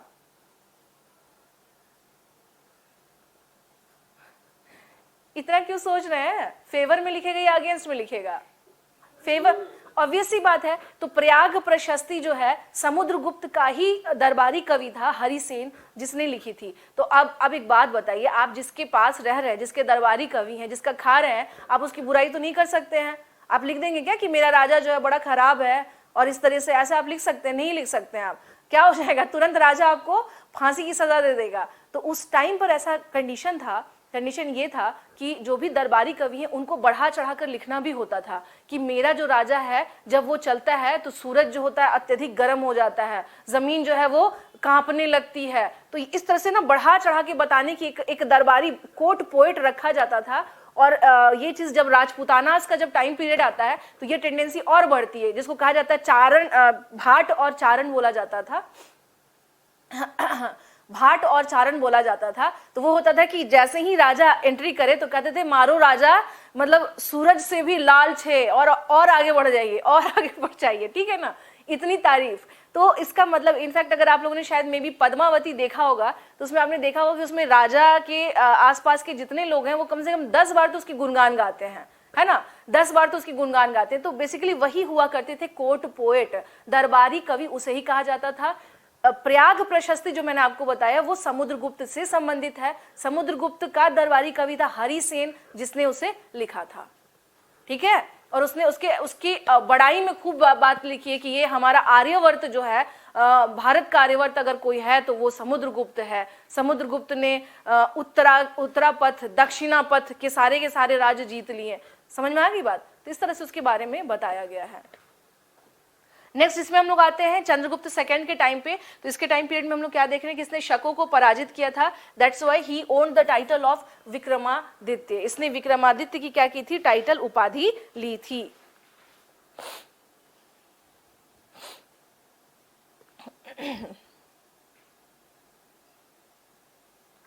ठीक है। उसके बाद अगर हम लोग बात करें तो हम लोग अगर बात किया जाए कभी कि अगर इसके कोर्ट में, यानी कि चंद्रगुप्त के कोर्ट में कौन था, जो इसके कोर्ट में, और नौरत्न, जैसे मैंने आपको बताया, नौरत्न का मतलब देखिए ये होता है अलग अलग फील्ड के मास्टर लोग। अलग अलग फील्ड के मास्टर का मतलब ही हो गया कि जो अलग अलग क्षेत्र से क्या हो, आपके इंटेलेक्चुअल्स, यानी कैसे बुद्धिजीवी जो अलग अलग क्षेत्रों से हो। जैसे कालिदास, जैसा आप लोग जानते हैं, ये क्या थे, कवि भी थे, राइटर भी थे, कालिदास हो गया। धन्वंतरी, ये क्या थे, ये थे धन्वंतरी जो थे उस टाइम के आयुर्वेदाचार, मैंने आप लोग को ये भी बताया था कि अलग अलग टाइम पीरियड पे भारत में हम लोग क्या देखते हैं, मेडिसिन का जो है सिनेरियो चेंज होता गया। जैसे इन एंशियंट टाइम पीरियड, उस टाइम पे आयुर्वेदाचार्य होते हैं। जब मध्यकालीन भारत आता है तो हकीम साहब आ जाते हैं। जब अंग्रेज आते हैं तो साथ के साथ डॉक्टर का कॉन्सेप्ट आ जाता है। तो अलग अलग टाइम पर क्या होता है, उस टाइम पे चेंज होता है। सारी चीजें तो नहीं ध्यान रखनी है आपको, कुछ का नाम ध्यान रख लीजिएगा। वराहमिहिर, अब ये जाकर के आप थोड़ा सर्च करिएगा कि ये किस फील्ड के ये लोग स्पेशलाइज्ड थे। जैसे कि सेम अकबर ने भी क्या किया था, रखा था ठीक है, वररुचि, ज्यादा नहीं पूछता है बिहार के कंटेक्स्ट में नहीं, बस थोड़ा सा क्या है, एक दो जो इंपॉर्टेंट लोग हैं ध्यान रख लेना। जैसे कालिदास इंपॉर्टेंट है, धन्वंतरी, वराहमिहिर और वररुचि, ठीक है। तो ये नवरत्नों में से क्या है, दीज आर इसमें से आते थे, इन नवरत्न या 9 जेम्स में से क्या थे, ये एक थे। टाइम हो गया है क्या, ठीक है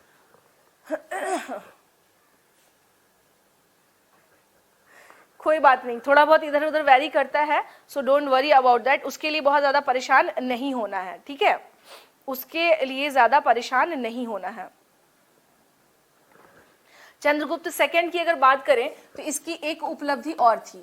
उपलब्धि इन द सेंस की इसके उपलब्धि में हम लोग क्या देख रहे हैं, अचीवमेंट में, इसके अचीवमेंट में हम लोग बात करें तो देखिए, जैसे ये जो क्षेत्र हुआ भारत का, ये जो क्षेत्र था, तो इसमें सौराष्ट्र का क्षेत्र जो गुजरात का है और ये मालवा का क्षेत्र, दो क्षेत्र इसने क्या किए थे, अपने क्षेत्र में मिला लिए थे। तो इसने सौराष्ट्र और मालवा का क्षेत्र गुप्त साम्राज्य में मिला लिया था, और मालवा का क्षेत्र गुप्त साम्राज्य में मिला लिया था।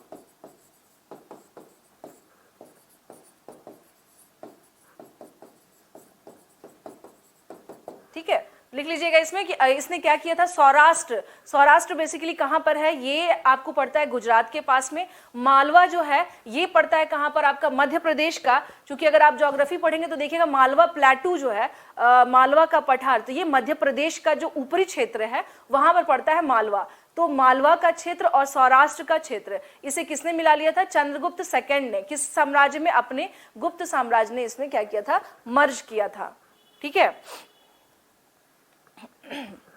और उसके अलावा इसमें बात करें जो पश्चिम के जो शासक थे वाकाटक, ठीक है ना, तो इसने वाकाटकों से वैवाहिक संबंध स्थापित किए थे। वाकाटक ये कहां के शासक थे, पश्चिम भारत के। कहां के, पश्चिम भारत के, पश्चिम भारत के। तो वाकाटक शासकों के साथ इसने क्या किया था, वैवाहिक संबंध स्थापित किए थे, वैवाहिक संबंध स्थापित किए थे।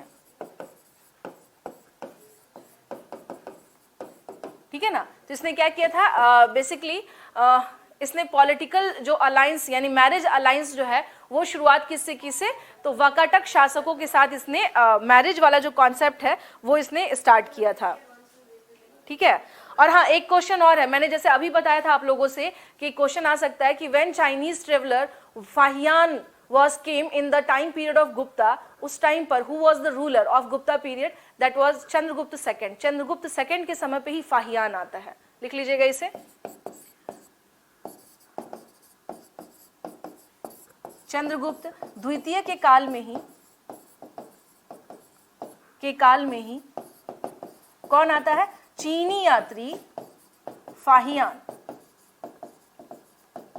फाहियान आता है। बट हाँ एक चीज और है, ध्यान रखिएगा, ये इसकी मुलाकात कभी नहीं होती है चंद्रगुप्त सेकंड से। अगर बात किया जाए कि क्या ये दोनों आपस में मिले थे या फाहियान ने इससे जाकर के भेंट की थी, नहीं, कोइंसिडेंटली कह सकते हैं कि इसकी मुलाकात नहीं हुई। ये पूरा का पूरा वो पाटलिपुत्र का एरिया घूम तो रहा था बट इसकी मुलाकात नहीं होती है। हाँ इसने अपने अकाउंट में, जो इसने अपना जो ट्रैवलर अकाउंट है उसमें सारी बातें लिखी जरूर हैं कि हाँ इसके चंद्रगुप्त सेकंड के काल में ये है, यहाँ पर ये सिस्टम है, दिस ये सारी चीज इसने बताई है, लेकिन इसकी मुलाकात नहीं हुई है इससे।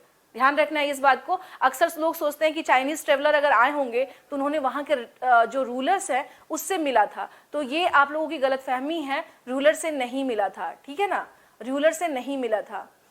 दिलीप ध्यान रखना होगा आपको। दीप्ति आप पूछ रही है ना, मैंने आपको अभी बताया इत्सिंग, फाहियान एंड वेनसांग, इसके बारे में थोड़ा सा आप लोग क्या करेंगे देख लेंगे। वेनसांग का तो मैं चलिए आपको बता भी देती हूँ। वेनसांग हर्षवर्धन के टाइम पीरियड पर आता है, फाहियान चंद्रगुप्त सेकंड के टाइम पीरियड पर आ रहा है। अब इत्सिंग कब आ रहा है उसी से आप लोगों को अंदाजा लग जाएगा कि कौन सा चाइनीज ट्रेवलर के सीक्वेंस में अगर हम लोग बात करें तो इसमें से कौन नंबर 1 पर आएगा, कौन पहले पहुंचता है। ठीक है, लिख लीजिएगा इसे। अच्छा, फाहियान की जो पुस्तक है इसका नाम ही है, चाइनीज टाइप का नाम है इसका, फ्यो क्यू की, लिख लीजिएगा इसे। His traveller account name was, his traveller account name was, क्या नाम है इसका, फ्यो क्यो की। अब याद कर सकते हैं तो कर लीजिए, और क्या करना ही पड़ेगा, जाएंगे कहां, है ना। फ्यो क्यो की, ये पुस्तक का नाम है। यात्री वृत्तांत इसे बोला जाता था। जो भी यात्री अगर कोई बुक्स लिख रहा है तो बेसिकली उसे क्या कहा जाता है, यात्रा वृत्तांत बोलते हैं। और कि उसने क्या किया है, अपने ट्रैवलर अकाउंट में ये सारी बातें बताई थी। और ये क्या है, काफी अच्छा एविडेंस है अकॉर्डिंग टू, अगर हम लोग बात करें कि हिस्टोरिकल एविडेंस के कंटेक्स्ट में बात करें तो ये क्या है, बहुत ही ऑथेंटिक सोर्स है फाहियान का जो बुक है फ्योको की। जिससे पता चलता है कि उस टाइम की सोसाइटी कैसी थी, लोग कैसे थे और किस टाइप से ट्रेड हो रहा था, समाज का जो कंडीशन था वो कैसा था। तो ये सारे जो इस तरह के जो भी ट्रैवलर्स अकाउंट होते हैं वो कहीं ना कहीं से क्या होते हैं, काफी ज्यादा हेल्पफुल होते हैं। कि आप, चूंकि उस टाइम पे कोई ऐसा शासक, कोई ऐसे तो नहीं है लोग की बैठ के हिस्ट्री लिख रहे हैं, ये इतिहास की समझ तो बाद में आई कि चलो भाई लिखना है धीरे धीरे। जब मुगल्स आते हैं तो वो और चीजें क्या हो जाती हैं, धीरे धीरे स्टैब्लिश्ड होती हैं। लेकिन इस टाइम पे जो भी यात्रियां हैं, विदेशी यात्री, उनसे इस मामले में क्या रहा है, काफी ज्यादा हेल्प मिल गया है कि उस टाइम पीरियड की बहुत सारी बातें हमें पता चलती हैं। ठीक है, यहां तक क्लियर है आप लोगों को। हम लोग किसके बारे में बात कर रहे थे, हम लोग बात कर रहे थे चंद्रगुप्त सेकंड। मैम आपकी क्लास कब है? 12 बजे से, टाइम हो गया। ओके ओके ओके, चलिए मैं वो ओके, चलिए टाइम हो चुका है। फिर हम लोग अब मिलते हैं नेक्स्ट क्लास में, नेक्स्ट सेशन में। ठीक है, चलिए फिर नेक्स्ट क्लास में मिलते हैं। तब तक अपना ध्यान रखें, टेक केयर, धन्यवाद। ओके जी, ओके जी, ओके, वेलकम।